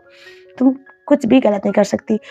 वो थोड़ी-सी सुकून की साँसें लेते हैं। उसके बाद वो जिन जो होता है वो अपना हाथ देके बोलता है चलो जीवन ऐसे चलते हैं और कभी भी अपने आप को गलत मत समझना। तुम कभी भी गलत हो ही नहीं सकती because you are my rock star ऐसा वो बोलता है। वो स्माइल करती है और उसके बाद वो बोलता है मुझे लगा था जिस लड़की को मैं शायद 10-12 साल पहले जानता हूँ वो आज भी वैसी होगी। हाई स्कूल में पढ़ने वाली से पढ़ाई पे ध्यान देने वाली नहीं, आज तुम बहुत बदल चुकी हो। वो जीवन और आज वाले जीवन में बहुत फ़र्क है। उसके बाद वो स्माइल करते सीन को काटा जाता है। अगले दिन हमें देखा जाता है उसकी दोस्त उसे डाँट देती कि मुझे वहाँ पर बुला लेती ना मैं एक-एक को देख लेती। तुम्हें कुछ हो जाता तो बेबी और आपको 2 दोस्त तो कैसे भी बात कर सकते हैं। वो बोलते हैं पता है तुम्हें गुजी ने मुझे प्रेज़ किया। उसने बोला कि मैं बहुत ब्रेव हूँ, बहुत ज़्यादा अच्छी हूँ और मैं किसी सिचुएशन से नहीं डरती। उसके दोस्त बोलते हैं बहन तूने डॉक्टरी की पढ़ाई करने के लिए, एक अच्छा रैंक लाने के लिए और एक अच्छे पोजीशन में जाने के लिए मर-मर के मेहनत की है और तेरा हस्बैंड बस 2 शब्द बोल दिया तो तुझे अच्छा लग रहा है। सारी दुनिया बोलती है तू अच्छी है, बस तेरा बाप ही तुझे नहीं पहचान पाया। ऐसा बोल के उसका थोड़ा-सा अच्छा फ़ील करवा रही होती है। उसके बाद उसकी दोस्त बोलती है सब कुछ ठीक है, टेंशन मत लो, एक काम करो, शाम को तुम्हें जल्दी निकलना है तो अभी अपना काम निपटाओ। तुम्हें पता है ना स्कूल रियूनियन है सारे पुराने फ्रेंड्स के। वो बोलते हैं ठीक है, ठीक है। उसके बाद वो अंदर जाती है। गुजिन आके बोल चुका था, वो बोलता है हब्बी, वो बोलता है वाइफ़ी चलो तुम थक गई होगी ना आराम करो। वो बोलती है ठीक है, ठीक है, मैं घर पे जाकर आराम कर लूँगी। वो बोलता है घर पे जाने की क्या ज़रूरत है, यहाँ पर आओ बोल के वो बेड पर अपनी स्पेस थोड़ा आगे करता है और बोलता है आओ, आओ मैं तुम्हें टाइटली हग करके यहीं पर सुकून दिला दूँगा। वो बोलते हैं तुम्हें घाव लगी है, चोट लगी है और यहाँ पर अगर मैं तुम्हारे साथ सोऊँगी ना तो तुम्हारा घाव बढ़ सकता है। वो बोलता है तुम्हारे साथ रहने के लिए मुझे इतना भी मौका नहीं मिलेगा क्या, प्लीज़ प्लीज़। वो बोलती है बिल्कुल भी नहीं। और वो बोलता है अगर तुम आज मेरे साथ यहाँ पर नहीं रहोगे ना तो मैं बहुत बुरा मानूँगा। वो बोलती है पता है तुम ऐसे तो नहीं थी, इतनी ज़्यादा चिड़चिड़े, इतने ज़्यादा बेशर्म। उसके बाद वो बोलता है क्या? तभी फ्लैशबैक टाइम जहाँ पर जो गुजिन होता है हाई स्कूल टाइम पे, जहाँ पर उसके दोस्त वो जा रहे होते हैं, वो देखता है गुजिन अकेले बैठा हुआ है। जब भी जीवन बोलती है ये किसी के साथ इंटरेक्ट नहीं करता क्या? उसके बाद उसके दोस्त बोलते हैं मैंने सुना हुआ है वो बहुत ज़्यादा इंट्रोवर्ट टाइप का इंसान है। ये बहुत रिच, लेकिन हमेशा वो गुमसुम शरारत करता है। हो सकता है फैमिली में कुछ प्रॉब्लम होगी या फिर उसे लोगों से बात करना पसंद ही ना हो। उसके बाद वो ये बोले जा रहे होते हैं कि रिच लोग हैं ना, तो रिच लोगों के सबको पंगे होते रहते हैं, इट्स ओके, तुम क्यों टेंशन ले रही हो। और अभी प्रेजेंट में वो बोलता है मुझे इतना याद नहीं कि मैं हाई स्कूल में कैसा था, तुमने इतना नोटिस किया था क्या? क्यों, तुम्हें मुझ पे क्रश था क्या? बता। वो बोलते तुम बहुत बड़े बेशर्म हो, बाकी कुछ नहीं, इतना तो मुझे पता चल गया और मैं तुम्हें जानती थी, दैट्स इट। और उसके बाद वो बोलता है तो चलो चलो साथ में आराम करते हैं, बोल के उससे ऐसे बेड पे लपेटे लगता है। मतलब दोनों का प्यारा सा कोजी मोमेंट चल रहा होता है। कुछ देर बाद वो बाहर निकलती है और तभी गुजिन की बहन आती है, वो उसके लिए खाना लेके आई थी और वो हाय बोलती है। उस टाइम पे उसे अब जलन हुई ना, बेचारी उसे थोड़ी पता है कि उसकी ननद है। वो बोलती है आपका ना लिपस्टिक बिखरा पड़ा है, वो जल्दी जल्दी साफ करती है। उसके बाद वो बोलते हैं क्या आप मुझसे दोस्ती करना चाहोगे प्लीज? वो बोलते हैं नहीं, मुझे कोई स्ट्रेंजर से दोस्ती करने में कोई भी दिलचस्पी नहीं। हालांकि उसकी ननद थी, लेकिन मुझे लगा सौतेन है तो सौतेन के साथ कौन दोस्ती करता है। और उसके बाद वो बोलती है कोई बात नहीं। उस टाइम पे वो अंदर जाने वाली होती है, वो बोलती है थैंक यू। तभी गुजिन की बहन बोलती है थैंक यू बट व्हाट? वो बोलती है पार्टी में जो तुमने मदद की उसके लिए। तो हम देखते हैं फ्लैशबैक वाला टाइम, जहाँ पर जब उस लड़की ने उसके ऊपर ड्रिंक फेंका था तो सबसे पहले वही आके उस लड़की को जोर से धक्का दी थी। वो बोलती है अरे कोई बात नहीं, वो तो मेरा फर्स्ट था। उसके बाद वहाँ से चली जाती है जीवन अपने काम के लिए। और उसके बाद वो मन में सोचती रहती है गुजिन की बहन की कितनी प्यारी भाभी है, अगर इनको पता चलेगा कि मैं इनकी ननद हूँ तो उसके बाद हमारी अच्छी बॉन्डिंग बनेगी। इतनी प्यारी भाभी के लिए कुछ दिन तक भाभी के नजर में बुरा बनना और थे सोच रही होती है। अगले सीन में दिखाया जाता है जैंग गुजिन के साथ होता है और गुजिन बोलता है तुम्हें क्या लगता है ये मुझे सच में प्यार करती है? वो बोल रहा है लग तो रहा है काफी ज्यादा जेलस है, और ये सुना हुआ है कि उसने मिलिट्री में ज्वाइन किया है किसी मिलिट्री मैन की वजह से, उसको लाइक करती थी, तो तुम क्यों नहीं हो सकती? वो सोचता है अच्छा मैं तुम्हारी बात पे भरोसा कर सकता हूँ क्या? जंग बोलता है भाई तुम सबसे हैंडसम पर्सन थे उस टाइम पे उस स्कूल के, तुम्हें अपने आप पे भरोसा नहीं? वो बोलता है ऐसे तो गधा जैसा दिखता है लेकिन बातें अच्छा करता है। उसके बाद वो बोलता है तो हम कैसे कंफर्म करेंगे कि वो मुझे लाइक करती है? उसके बाद वो बोलता है कुछ नहीं, तुम्हें थोड़ा सा मेहनत करनी पड़ेगी। वहां पर आता है एक और कैरेक्टर, इस ड्रामे का पर्सनली सेकंड में लीड है और इसका नाम है जिन। जिन उसे देखता है और वो बोलता है कैसे हो, और तभी बाद में पता चला ये दोनों लव राइवल हुआ करते थे। मतलब इसको स्कूल टाइम पे दोनों ही काफी अच्छे हैंडसम थे, तो वही कंपटीशन वाला मामला। वो बोलता है एक्चुअली मैं यहाँ पर अपने दोस्त से मिलने के लिए आया हुआ हूँ जो डॉक्टर है, तो मैंने सुना तुम भी घायल हो, मैंने सोचा देख लेता हूँ, और वहां से चला जाता है। जंग बोलता है ये यहाँ पर क्या कर रहा है? गुजिन बोलता है मुझे क्या पता। और उसके बाद बोलता है एक सेकंड, उसने बोला ना वो किसी डॉक्टर को मिलने के लिए आया है, कहीं ये वो कहीं इसी को तो तुम्हारी बीवी लाइक नहीं करती क्या? वो बोलता है ऐसे मत बोलो, मेरे पास लाइसेंस है उसके साथ मैरिज वाला।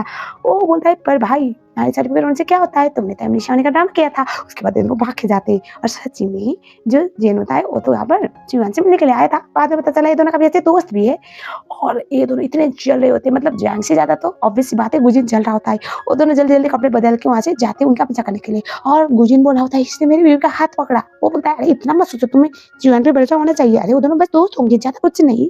लेकिन वो बोलता है फिर भी मेरे पास मैरिज सर्टिफिकेट है, लेकिन उसका मैं क्या करूंगा? उसके बाद जेन और जीवन डिनर डेट पे गए हुए होते हैं, लेकिन सी का बहुत काफी ज्यादा अच्छा नजारा था। और वहाँ पर गुजिन और जंग तो देख रहे होते हैं गुजिन को जितना गुस्सा आ रहा था, इतनी जलन हो रही थी, आप तो इमेजिन भी ना करो। और हमें दिखाया जाता है वहाँ पर जो जेन होता है वो बोलता है तुम्हें पता है ना तुम्हारी मॉम ने मुझसे प्रॉमिस लिया था जाने से पहले कि मैं तुम्हारा हमेशा ख्याल रखूंगा। वो बोलते हैं मुझे पता है और आप हमेशा मेरे साथ बहुत अच्छे हो। उस टाइम पे वो हंसता है और तभी हमें दिखाया जाता है वो बोलता है मैं तुम्हारा एजेंट पार्टनर कभी ख्याल नहीं रख सकता, मुझे पता है क्योंकि तुम मुझे कभी भी लाइक नहीं करती, तुम हमेशा गुजिन को लाइक करती है, लेकिन हाँ तुम्हारा बड़ा भाई के नाते से मैं ख्याल रख सकता हूँ। स्माइल करती है। जी, जो गुजिन होता है वो जंग को बोला होता है ये मेरे साथ इतने अच्छे से कभी कंफर्टेबल थी नहीं, इसके साथ कैसे हो सकती है? उसको कौन ही मार रहा होता है। जंग सोचता था ये मुझे अपना पंचिंग बैग क्यों बना रहा है। उसके बाद जो हमारा जिन होता है वो देखता है थोड़ा दूर, ये दोनों वहाँ पर सब कुछ कर रहे हैं, इस बात की वजह से उसके पास आता है, खाना खा रही थी तो उसको हैंकी देख के उसके फेस पर वो लगा हुआ पूछता है। और तभी जो जीवान है वो बोलती है हम मैरिड है, सब कुछ मुझे अनकंफर्टेबल लगता है, आई नो आप मेरे लिए अच्छा सोचते हो फिर भी। ओ ऐसा यार बोलता है मुझे पता है तुम मेरी छोटी बहन की तरह हो, लेकिन तुम्हारा जो भी बनता है वो वहाँ पर जासूसी करने के लिए आया था, मैंने बस आग में घी थमने का काम किया है। ऐसा बोल के स्माइल करता है। जीवन समझ जाती है और वो देखती है, लेकिन तब तक वहाँ से जैंग और जो गुजिन है 9 तो 11 हो चुके थे। आ जाता है जो गुजिन होता है वो मुंह फुला के सो रहा होता है वहाँ पर। जीवन आती है और वो बोलती है, बेबी मुझे ना क्लास रियूनियन पे जाना है, तो क्या तुम मुझे लेने आओगे? वो बिल्कुल भी बात नहीं कर रहा होता है, मुँह फुलाकर उसके गाल को किस करके बोलती है, ठीक है तुम मुँह फुलाकर बैठो मैं जा रही हूँ। और उसके बाद वो जैसे वहाँ से जाती है, वो छोटे बेबीज़ की तरह फुदकने लगता है और हम देखते हैं ओह! वो लोग गई क्लास रियूनियन पे और उसका दोस्त और वहाँ पे बातें कर रहे होते हैं, ये बोलते हुए कि ये करना क्या चाहती है, समझ में आ नहीं रहा। और हम देखते हैं उधर क्लास रियूनियन पे, वहाँ पर जाने के बाद 2 एंटीक आइटम मतलब सूली और एक और बंदा है जिसका नाम पेपे ही होता है, वो दोनों वहाँ पर होते हैं और ये दोनों जिस तरह से हमारे चीवान का मज़ाक बना रहे थे बिकॉज़ वो बचपन से लेकर बड़े होने तक चीवान कभी अच्छी फैमिली से बिलॉन्ग नहीं करती थी और उसको बहुत कुछ झेलना पड़ता था और उसको ये बोले जा रहे होते, तुमने क्या अचीव किया, तुम क्या कर रही हो, पक्का कहीं पर साफ-सफाई या कुछ काम ही करती होगी, उसके साथ बदतमीज़ी करने की ट्राई भी करते। लेकिन जब तक बेस्ट फ्रेंड नाम का हथियार हो तब तक किसी और की हिम्मत हो सकती है यहाँ पर उसको परेशान करने की, वहाँ पर सिचुएशन को सँभाल रही होती है। कुछ देर में ही इन दोनों को समझ में आ जाता है क्लास रियूनियन में आके इन्होंने सबसे बड़ी गलती कर दी। क्योंकि सब लोग तो आए नहीं थे, कुछ 2-4 लोग ही थे और जिसमें भी सूली और पेपई तो इसको अब मज़ाक ही बना रहे होते हैं और हमें दिखाया जाता है वहाँ पर वो वॉशरूम का बहाना करके वॉशरूम की तरफ जाती है और उसके बाद वो जो गुजिन है उसे कॉल करती है, बोलती है, "अभी क्या तुम मुझे लेने आ सकते हो?" वो बोलता है, "नहीं, मैं नहीं आ रहा हूँ, तुम एन्जॉय करो अपना पार्टी।" वो बोलती है, "मुझे यहाँ पर किसी ने बुली किया और तुम नहीं आओगे, कोई बात नहीं।" फ़ोन को रखने वाली होती है। वो बोलता है, "क्या? किसी ने तुम्हें बुली किया? किसकी हिम्मत है? मुझे बताओ, मैं उसके ऊपर 200 राउंड गन फायर करूँगा। हिम्मत कैसे हुई?" उसके बाद वो फ़ोन रखता है। जैंग बोलता है, "क्या हुआ?" तभी वो बोलता है, "तुम्हारी भाभी को किसी ने बुली किया और मैं उसे छोड़ूँगा नहीं।" जैंग बोलता है, "चल मेरे शेर, अपने आर्मी ट्रेनिंग में जो भी सीखा है ना वो सब उस पे निकाल।" उसके बाद हमें दिखाया जाता है पार्टी खत्म होती है, पार्टी खत्म होने के बाद वहाँ से वो जाने वाली होती है, बारिश हो रही होती है और तभी जो पेपे होता है वो बोल रहा होता है, मैं तुम्हें छोड़ दूँगा। वो बोलते हैं, नहीं-नहीं इसकी कोई ज़रूरत नहीं और उस टाइम पे जो उसकी बेस्ट फ्रेंड जो होती है हमारी जीवन की, वो बोल रही होती है कि तुम जैसे लो क्लास लोग हमारे फ्रेंड के साथ बैठो, उठो, इतनी तुम्हारी औकात नहीं तो दोबारा परेशान मत करो, ठीक है ना? इसका हस्बैंड आ रहा है ना लेने के लिए तो टच करने की क्या ज़रूरत है? वो भी एक मैरिड वुमन को। उस टाइम पे वो बोल रही होती है, कोई साफ-सफाई करने वाला ही होगा ना, इसका हस्बैंड कौन ही होगा? उस टाइम पे गाड़ी आती है बहुत बड़ी और वहाँ से निकलता है गुजिन, ऑब्वियसली गुजिन को सब लोग जानते थे, पेपे और सूली तो शॉक में वो वहाँ पर भाग के जाते हैं और बोलती है, आप बहुत बड़ी फैमिली को बिलॉन्ग करते हो और हाई स्कूल टाइम में याद है ना हम आपकी क्लास में पढ़ते थे, साथ में पढ़ते थे। क्या आप हमारे साथ बिज़नेस डील करना पसंद करोगे? क्योंकि हमें ये पता है कि आपकी फैमिली के साथ, आपकी कंपनी के साथ जो भी बिज़नेस डील करता है वो मालामाल हो जाता है। प्लीज़ हमें कंसीडर करो। गुजिन बोलता है, वो सब कुछ तो ठीक है, तुम लोग अगर मेरी बीवी के साथ उसके दोस्त हो ना तो मैं कंसीडर कर सकता हूँ, लेकिन उसके लिए मेरी बीवी का परमिशन चाहिए क्योंकि मेरी लाइफ के सारे डिसीज़न मेरी बीवी लेती है। वो बोलता है, कौन है आपकी बीवी? वहाँ पर गुजिन जाता है शिवान के पास और बोलता है, चलो अभी चलो बेबी यहाँ से, और उसके बाद उसे लेके जाने लगता है। वो तो देखते रह जाते हैं उस टाइम पे। गुजिन जो होता है वो बोलता है, बेबी ये लोग बोले थे कि ये लोग तुम्हारे अच्छे दोस्त थे और ये लोग हमारे साथ कंपनी में काम करना चाहते हैं, कोई बहुत बड़ी बिज़नेस डील करना चाहते हैं, तो तुम्हें क्या लगता है? शिवान बोलती है, ऐसे लोगों को कभी भी इन्वॉल्व करना नहीं चाहिए, जो अपने खुद के दोस्त के ना हुए वो किसके थोड़े होंगे। ऐसा वो बोल के वहाँ से वो उसे लेके चली जाती है। वो तो देखते रह जाते हैं। उसके बाद हमें दिखाया जाता है एक और गाड़ी आती है जैंग की। जैंग निकलता है, अब जैंग भी काफ़ी पॉपुलर हुआ करता था अपने टाइम पे, तो वो वहाँ पर आता है तो फिर से सूर्य पे बेशौक में, और तभी जैंग बोलता है, यहाँ पर मैं तुम लोगों का मुँह देखने के लिए आया नहीं हूँ, एक्चुअली मैं अपनी गर्लफ्रेंड को लेने आया हूँ। और वहाँ पर जो हमारी चीवान की बेस्ट फ्रेंड है उसको बोलता है, चलो बेबी यहाँ से, और उसके बाद ये दोनों जाने लगते हैं और उसके बाद चीवान की बेस्ट फ्रेंड उनकी तरफ देखती है और बोलती है, सोली मेरी बेबी मेरी जान, आई नो तुम्हें ना शौक है बहुत ज़्यादा अपने अचीवमेंट दिखाने का, दूसरों को नीचा गिराने का, जैसे तुम हाई स्कूल में वर्क किया करती थी और हाई स्कूल में हमेशा मेरी बेस्ट फ्रेंड को बुली किया करती थी और मुझे हमेशा तुम्हें तुम्हारी औकात याद दिलानी पड़ती है, तो आई थिंक आज भी वक्त आ गया तुम्हें तुम्हारी औकात याद दिलाने की। हाँ, मेरी दोस्त तुम्हारी क्लासमेट थी लेकिन मैं तुम्हारी क्लासमेट नहीं हूँ, ना ही हमारा क्लास मिलता है, ना ही हमारा थॉट मिलता है, ना ही हम कुछ अच्छे दोस्त हैं। तो नेक्स्ट टाइम कभी भी रियूनियन का प्लान हो ना, तो कुछ अचीव करके आओ, कुछ बन के आओ, तो तुम रियूनियन में आने के लायक बनोगी। और सिर्फ अपने अचीवमेंट गिनवाने के लिए दूसरों को नीचे गिराना is not a good option, क्योंकि करने के लिए हम भी बहुत कुछ कर सकते हैं। मेरी दोस्त तुम्हारी तरह बेशर्म नहीं, तुम्हारी तरह लाखों मर्दों के साथ सोकर कुछ अचीव किया नहीं है। ऐसे भी तुमने कुछ अचीव किया है ना, वो बस 2 दिन का खेल है, लेकिन मेरी दोस्त ने पढ़ाई करके मेहनत करके खुद एक बहुत बड़े हॉस्पिटल में हेड ऑफ डिपार्टमेंट में काम करती है। उसका हस्बैंड काफ़ी रिच है प्लस मिलिट्री मैन है, तो उसे ना सिंपल लिविंग हाई थिंकिंग पे बहुत ज़्यादा ट्रस्ट है। Never interfere with them again, ऐसा वो बोलते हैं। उसके बाद वहाँ से वो चले जाते हैं। ये लोग तो बस देखते रह जाते हैं। अच्छा खासा पोपट बनता है पेपे और सूली का। उसके बाद गाड़ी में जाते टाइम जो हमारी बंदी थी जीवन, वो गुजिन को बोलती है, थैंक यू अभी, आज तुमने मेरी बहुत बड़ी मदद की। बाद हमें दिखाया जाता है वो बोलती है, मुझे तुम्हें कुछ बताना है, तुम बहुत ज़्यादा गुस्से में लग रहे हो। और तभी वो बोलता है, नहीं मैं गुस्से में नहीं, लेकिन मुँह फुला के बैठा हुआ था। उसके हाथ में वो घड़ी दिखती है। हाँ, वो वही घड़ी था जो हॉस्पिटल में गुजिन की बहन लेके आई हुई थी उसको पहनने के लिए।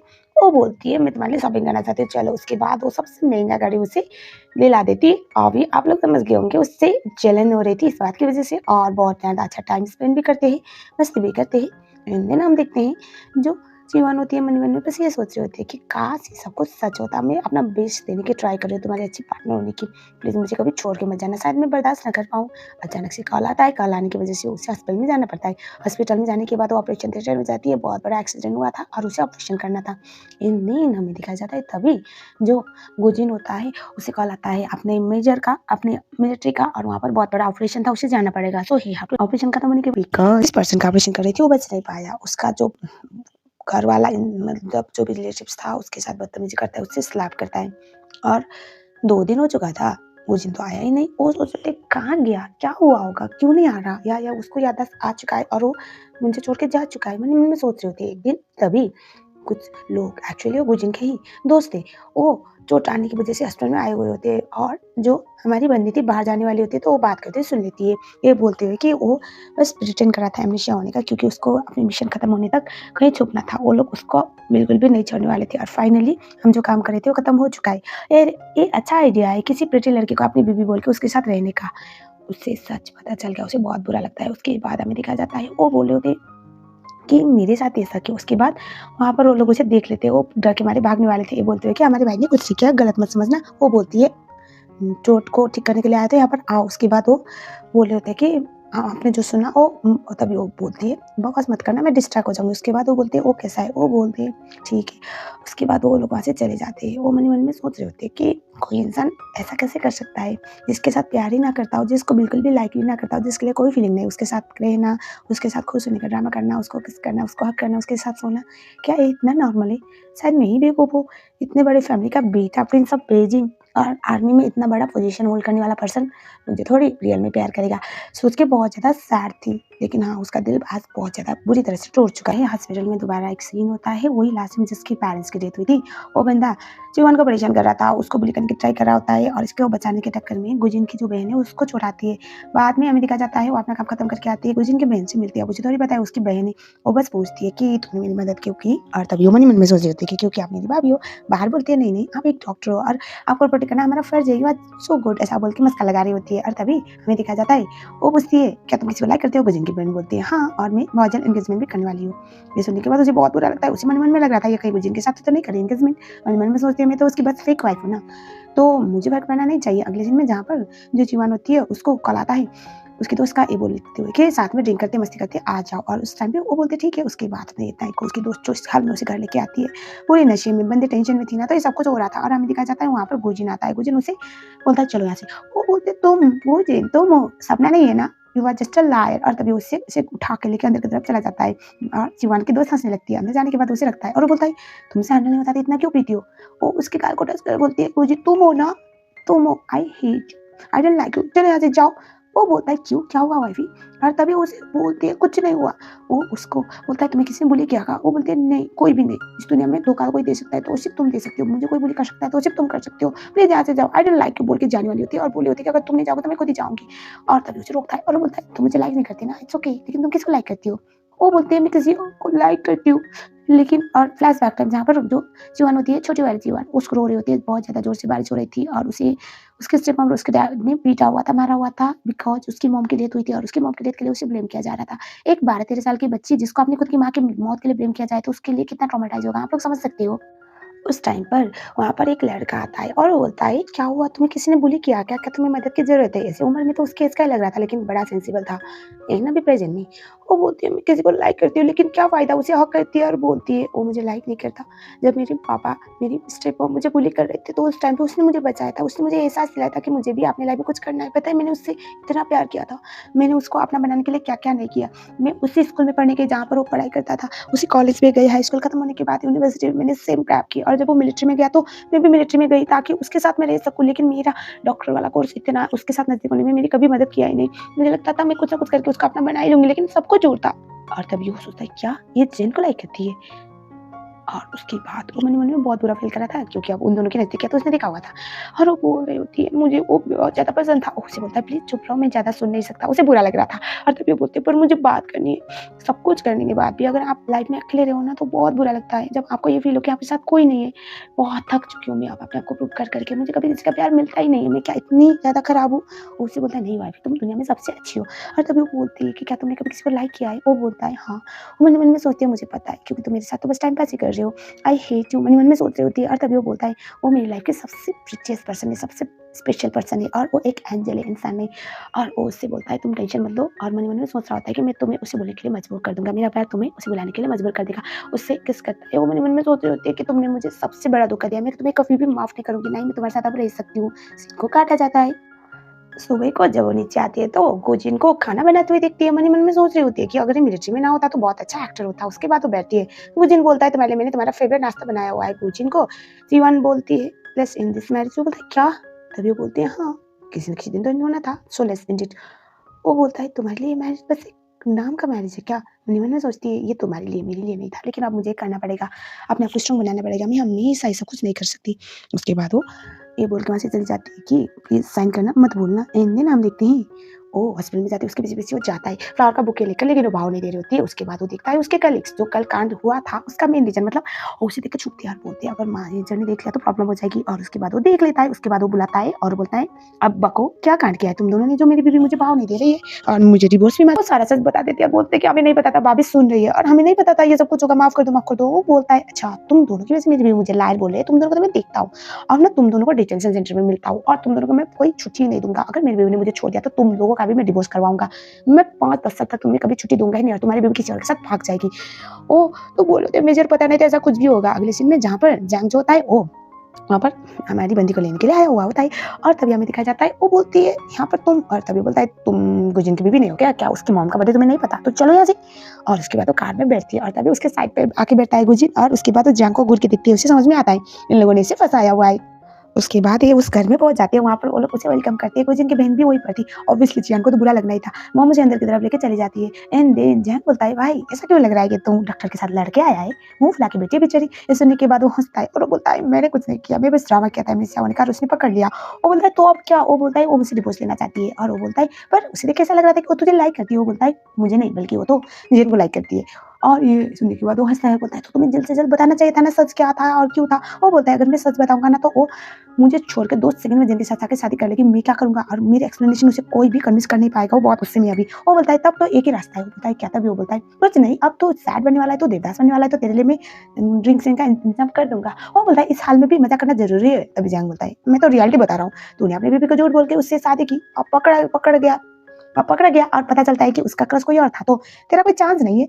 और हमें दिखाया जाता है अगली सीन में जहाँ पर ये लोग साथ में डिनर कर रहे होते हैं और वहाँ पर जो बहन होती है वो अपने भाई के लिए खाना सर्व कर रही थी और जीवन को बुरा लग रहा होता है और डैड और मॉम समझ चुके थे कि ये दोनों में लड़ाई हुई है। अब इस बात को थोड़ा-सा सेटल करने की ट्राई कर रहे होते हैं। दिखाया जाता है अंदर जाने के बाद गोजिन उसके पैरों से चप्पल कटाता है और उसके बाद वो बोलता है तुम आराम करो। वो बोलती है मुझे एक बात बताओ, अगर मुझे सच ना पता चलता तो शायद तुम ये सब कुछ कितने टाइम तक कंटिन्यू रखने वाले थे? वो बोलता है आई नो मैंने तुम्हें बहुत हर्ट किया है, मैंने झूठ बोला है। और तभी वो बोलता है लेकिन मेरा कुछ रीज़न था। वो बोलती है आई नो तुम्हारा रीज़न मैं समझ सकती हूँ, तुम्हें एक नई आइडेंटिटी चाहिए थी अपने मिशन को कंप्लीट करने के लिए जब तक मिशन खत्म नहीं होता और तुमने मुझे बस ज़रिया बनाया। वो बोलता है नहीं क्योंकि मैं तुमसे प्यार करता हूँ। वो बोलते हैं प्यार जैसी चीज़ें तुम्हारे मुझसे सूट नहीं करती। अगर मुझे सच पता ना चलता तो मैं कन्विंस हो जाती कि तुम मुझसे प्यार करते हो लेकिन अब नहीं। वो बोलता है नहीं मैं तुमसे सच में बहुत प्यार करता हूँ और वो बोलता है और मेरे लिए तुम बहुत स्पेशल हो। बोलते झूठ बोलना बंद करो please don't try to fool me again क्योंकि मेरी लाइफ में ऑलरेडी बहुत पंगे और तभी वो बोलता है नहीं मैं तुमसे बहुत प्यार करता हूँ, आज से नहीं सालों से। और उसके बाद वो बोलता है मेरा प्लान था मैं तुम्हें सब कुछ सही वक़्त पे बता दूँ लेकिन मुझे नहीं पता था ये सब कुछ हो जाएगा। वो बोलती है सही वक़्त आने पर तुम्हारे लिए हमारी मैरिज बस एक कॉन्ट्रैक्ट थी, अपनी आइडेंटिटी छुपाने का एक ज़रिया था। तुम्हें एक बेड पे सोने वाली लड़की चाहिए थी तुम्हारे साथ, जो तुम्हारे साथ कंफर्टेबल होकर रह सके। तुम्हें दुनिया के सामने एक लविंग कपल होने का ड्रामा करने के लिए एक बंदी चाहिए थी और मैं मिल गई, लेकिन तुम्हें सब कुछ करने की कोई ज़रूरत थी नहीं। वो बोलता है नहीं मैं तुमसे बहुत प्यार करता हूँ। उसको वो रिंग पहनाने वाला था। वो बोलते प्लीज़ ये सब कुछ करना बंद करो, मैं बहुत हर्ट हो जाऊँगी ये सब कुछ करके, तुम ऑलरेडी मुझे बहुत हर्ट कर चुकी हो। उस टाइम पे हमें फ्लैशबैक में दिखाया जाता है और हमें अभी प्रेज़ेंट में दिखाया जाता है जहाँ पर वो मन-ही-मन में बोल रहा होता है कि मैं तुमसे आज से नहीं बल्कि सालों से प्यार करता हूँ। स्कूल टाइम में जब ये दोनों पहली बार टकराए थे और उसका दोस्त जैन उसे पूछता है ये लड़की तुम जानते हो इसको? वो बोलता है जानता था शायद और तभी वो बोलता है एक्चुअली ये लड़की वो उसको उसके बारे में सारा सच बता देता है। वो हँसता है और वो बोलता है कुछ सालों पहले मैं अपनी दादी माँ के घर पे गया था और उस टाइम पे बारिश में कोई लड़की रो रही थी बहुत ज़ोर-ज़ोर से। ये वही है ना? और मन-मन में सोचता है मैं उसको तब से लाइक करता हूँ। मुझे पता नहीं था ये मेरे स्कूल में भी आएगी। उसके बाद अभी प्रेज़ेंट में जहाँ पर वो उसे बोलता है, तुम यकीन मानो या ना मानो मैं तुमसे बहुत प्यार करता हूँ और मुझे अपने प्यार को जताने की ज़रूरत है नहीं। मुझे पता है तुम बहुत टेंशन में हो, बहुत ज़्यादा टूटी हुई हो, लेकिन तुम टेंशन मत लो। मैं कभी भी तुम्हें हर्ट नहीं करूँगा। उससे पीछे से ज़ोर से करता है, रोने लगता है। तभी कॉल आता है। कॉल में मिशन के लिए बुलाया गया था। इस बात की वजह से वो उससे बोलता है मुझे मिशन के लिए जाना पड़ेगा, लेकिन मैं तुमसे आके बात करूँगा बोल के रोते हुए वहाँ से निकल लेता है। और जीवन बस वहाँ पर रोती रह जाती है और हमें दिखाया जाता है सुबह पर, जहाँ पर जीवन वहीं पर रोते-रोते सो वो उठती है और उसके बाद वो देखती है टेबल पे एक फ़ोटो छुपा हुआ था। उठा के देखती है तो वहाँ पर गुरजी ने उसका फ़ोटो था। उसको गलत वाला मामला याद आता है। वो सोच रही होती है ये कैसे हो सकता है? मतलब जो बोला था ना कि मैं तुमसे बहुत प्यार करता हूँ, वो वाला मामला तो यहाँ पर सही निकल रहा है। वो शॉक में बाहर की तरफ निकलती है जैंग और मॉम को बात करते हुए सुनती है कि यहाँ पर मुझे आना पड़ेगा क्योंकि भैया ने बोला हुआ है कि जब तक वो वापस ना आए मुझे उनका ड्राइवर बनना पड़ेगा। आप क्या ही कर सकते हैं? उसको बहुत बड़ा धक्का लगता है और तभी हमें दिखाया जाता है मॉम बोल रही होती है कि थोड़े दिन तक ज़्यादा वक़्त नहीं है और जैसे ही गुरजीन अपने प्यार का इज़हार कर देगा उसके बाद तो हमें ये सब कुछ करने की ज़रूरत नहीं है। और उसके बाद वो तो शॉक में वहाँ पर वो देखती है और तभी वो बोलती है तुम गुरजीन की, वो बोलती है मैं बहन हूँ। और तभी वो जैंग की तरफ घूर के देखती है। जैंग बोलता है आई एम सॉरी, मैं तो बस तुम्हें जेलस फ़ील करवाना चाहता था, मुझे नहीं पता था तुम इतना बुरा फ़ील करोगी। उसके बाद मॉम सॉरी बोलती है। उसके बाद वो बहुत रोने लगती है, बाहर की तरफ जाती है और वो रिंग ढूँढने लगती है जो उसने पहनाया हुआ था कल रात को। वहाँ पर खोजते-खोजते, रोते-रोते हुए और जैसे-तैसे उसे रिंग मिलने जाता है। वहाँ पर उसकी सिस्टर इन लॉ मतलब जो ननद है वो बोल रहे थे भाभी रो क्यों रहे, क्या हुआ मुझे बताओ, भैया ने बोली क्या क्या? वो बस रोती रहती है। और हमें देखा जाता है बाद में सीन काटा जाता है। जैंग को वो बोलती है मतलब 13 साल पहले जो क्लास रियूनियन था वो सिर्फ मुझसे मिलने के लिए था गुरजीन का। वो बोलता है हाँ, वो तो मैं पागल के जैसे प्यार करता है, लेकिन हमारा बंदा जितनी शक्ल में अच्छा है, कॉन्फिडेंट है, लेकिन दिल के मामले में बहुत कमज़ोर है। उसे लगता था कि तुम मुझे इग्नोर कर दोगी, तुम मुझे छोड़ दोगी, तुम मुझसे हेट करोगी अगर वो कन्फेस करेगा, इसलिए कभी कन्फेस करने की हिम्मत की नहीं। वो बहुत रोती है और उस टाइम पे बोलती है और उसे कभी ये पता ही नहीं चला ना कि मैं भी उससे उतना ही प्यार करती हूँ जितना वो मुझसे प्यार करता है। 13 साल हो गए इस बात को और मैंने उसकी इंटेंशन को गलत समझा। जैन बोलता है क्या तुम उसको लाइक करती हो, प्यार देती हो? बोलती है हाँ, बस मेरी बदकिस्मती है कि मैं उसके प्यार को समझ नहीं पाई, ना ही मैं उसके इंटेंशन को। हमारा बंदा फिर से मिशन में चला गया और वो 2-4 मैसेजें छोड़ी थी, लेकिन वो रिप्लाई नहीं करता। उसे लगता है ये सीरियसली बहुत ज़्यादा गुस्से में है शायद मुझसे, क्योंकि मैंने इतनी बदतमीज़ी की, उसके प्यार की मैंने इंसल्ट की। उसके बाद हमें दिखाया जाता है वो न्यूज़ में दिखती है कि अभी बहुत बड़ा लड़ाई चल रहा है और वहाँ पर मेडिक डॉक्टर की बहुत ज़्यादा शॉर्टेज हो रहा है, तो इसके हॉस्पिटल से कुछ लोगों को भेजना पड़ेगा, लेकिन कोई भी डॉक्टर जाने के लिए तैयार नहीं था। वहाँ से जीवन जाती है और बोलती है मैं चली जाऊँगी और उसके बाद वो अपनी टीम साइन करके वहाँ के लिए निकलती है, जहाँ पर 30 किलोमीटर तक इन लोगों को लगातार चलना था। मुश्किल से वहाँ पर पहुँचती है। गुरजीन उसे देखता है। वो शॉक में था कि वो यहाँ पर क्यों आई है? उसे पता है ना ये जगह उसके आने के लिए तो बिल्कुल भी नहीं था। और उसके बाद हमें देखा जाता है वहाँ पर कंटिन्यूअसली वो ऑपरेशन करने लगती है, लोगों को देखने लगती है। 8 से 10 घंटे तक वो जिनको बुरा लग रहा था वहाँ पर जेन भी आता है और जेन उससे बोलता है कि तुम्हें उससे बात करनी चाहिए। वो बोलता है पता है तुम्हें हाई स्कूल टाइम से मुझे तुमसे बहुत जलन होती थी और आज ये उड़ती थी। वो बोलता है मुझसे जलने की कौन-सी वाली बात है? तभी वो कुछ बोलता है उससे पहले जीवन बाहर आती है और वो गिरने वाली होती है और तभी जो जिन था उसे पकड़ता उससे पहले ही गुरजीन उसे पकड़ता है और तभी गुरजीन को देखकर वो मन में सोचती है कि तुम्हारे लिए बहुत मुश्किल रहा होगा ना इतने सालों तक सेक्रेटली मुझसे प्यार करना और इन रिटर्न कुछ ना मिलना, क्योंकि उसे अपना फ्लैशबैक याद आता है कि किस तरह से उसने उसकी इंसल्ट की तो उसे बहुत ज़्यादा बुरा लग रहा होता है। उसे उठा के वो टेंट में लेके जाता है, उसके जूते को खोलने लगता है। वो बोलते हैं नहीं-नहीं मैं कर लूँगी, तुम्हें करने की ज़रूरत नहीं। वो बोलता है चुपचाप बैठो। उसके बाद वो उसे बोलती है मुझे एक बात बताओ, तुम उसको क्यों लाइक करती हो? वो बोलता है पहले मुझे लगा था शायद वो बस एक हमदर्दी होगा क्योंकि मैंने उसे रोते हुए देखा था। लेकिन बाद में पता चला वो काफ़ी स्मार्ट है, अच्छा मार्क्स लाती है, अच्छे ग्रेड्स है उसके, बहुत मेहनती है। वो बोलती है just because she was talent, इसकी वज़ह से। वो बोलता है नहीं, उसने अपने लाइफ़ में बहुत मुश्किलें झेली। हमेशा उसके स्टेप मम और उसके डैड उसे बुली किया करते थे। वो कभी किसी को अपना दर्द नहीं दिखाती, हमेशा वो रूफ़ टॉप पे जाती थी, रोती थी, अपना दुःख बयाँ करती थी। लेकिन उसकी बातें सुनने के लिए कभी कोई था नहीं। उसे रियलाइज़ होता है कि इसने बहुत कुछ झेला है और बहुत अपने मन में सब कुछ छुपा के रखा है। वो बोलती है तुम ऐसे हो इसलिए मुझे तुम बिल्कुल पसंद नहीं हो। वो बोलता है मुझे पता है तुम मुझे पसंद नहीं करती। वो बोलती है मेरा मतलब ऐसा नहीं है, मतलब सब कुछ अपने अंदर दबा के रखना। तुमने कभी उसे बताने की ट्राई नहीं किया? वो बोलता है मैं कैसे बता सकता हूँ कि मैं किसी को लाइक करता हूँ? जब भी मैंने सोचा बताऊँगा मुझे हमेशा डर लगा रहता था कि उसके बाद मैं उसे देख भी ना पाऊँ। और ऐसी लाइफ किसको चाहिए जिससे सबसे ज़्यादा प्यार करो वही ना मिले। उससे बेटर है सीक्रेटली उससे प्यार करो, दैट्स इट। और उसके बाद वो बोलती है तुम्हें बताना चाहिए था ना कभी। वो बोलता है मैंने बताया था लेकिन वो मुझे लाइक नहीं करती, वो मुझे हेट करती है। वो बोलती है आई एम सॉरी। वो बोलता है क्या हुआ? तभी वो कुछ बोलती है उससे पहले वहाँ पर डॉक्टर को बुलाया जाता है जीवान को कि इमरजेंसी आ गया है। वो बोलती है मैं वापस आऊँगी, तुम्हें बहुत इमरजेंसी बहुत ज़रूरी बात बतानी है तो प्लीज़ तुम मेरा वेट करना। वहाँ से चली जाती है। वो शेन सोच रहा होता है कि आज इसने बहुत अलग तरीके से बात की, क्या हुआ इसको? ऐसा मन में सोच रहा होता है और हमें दिखाया जाता है वो कॉन्शियसली ट्रीटमेंट कर रही होती है पेशेंट्स का। तभी कुछ देर बाद वहाँ पर गुरजीन को उस दूसरा जो पार्टनर था वो उसे कंधे में रख कर लेके आता बीच में बैठा कर, क्योंकि उसको चोट लगी थी बहुत ज़्यादा। उसका ट्रीटमेंट करती है, ऑपरेशन करती है, दूसरे दिन दिखाया जाता है वो कंटिन्यूअसली काम कर रही थी, थकी नहीं थी, मतलब थकना नहीं चाहती है। इन दिन वहाँ पर दिखाया जाता है वो उसके साथ में बैठती है और बहुत रोती है और बोल रही होती है कि तुम जब नॉर्मल हो गई ना मैं तुमसे सारा बात बताऊँगी। तुमने कुछ भी ना बोलकर मुझे बहुत ज़्यादा हर्ट किया है। अगर पहले ही बता देती कि तुम मुझसे प्यार करती हो मेरे लिए बहुत ईज़ी होता सब कुछ करना। लेकिन तुम टेंशन मत लो, अब मैं हूँ तुम्हारे साथ और तुम्हें अकेले सब कुछ झेलना नहीं पड़ेगा। मुझे हमेशा लगता था कि मेरी लाइफ बहुत ज़्यादा मुश्किल है, लेकिन मैंने कभी सोचा नहीं था कोई है जो मेरी लाइफ को कॉम्प्लिकेट से सिंपल बनाने की ट्राई कर रहा है। तुम सीक्रेटली मुझसे प्यार करते थे, कभी बताते। मुझे डर लगता था अकेले रोने के लिए भी, क्योंकि मॉम के जाने के बाद मुझे ये पता था कि मेरे लिए कोई भी सैड फील नहीं करता। सब लोग मेरा मज़ाक बनाते।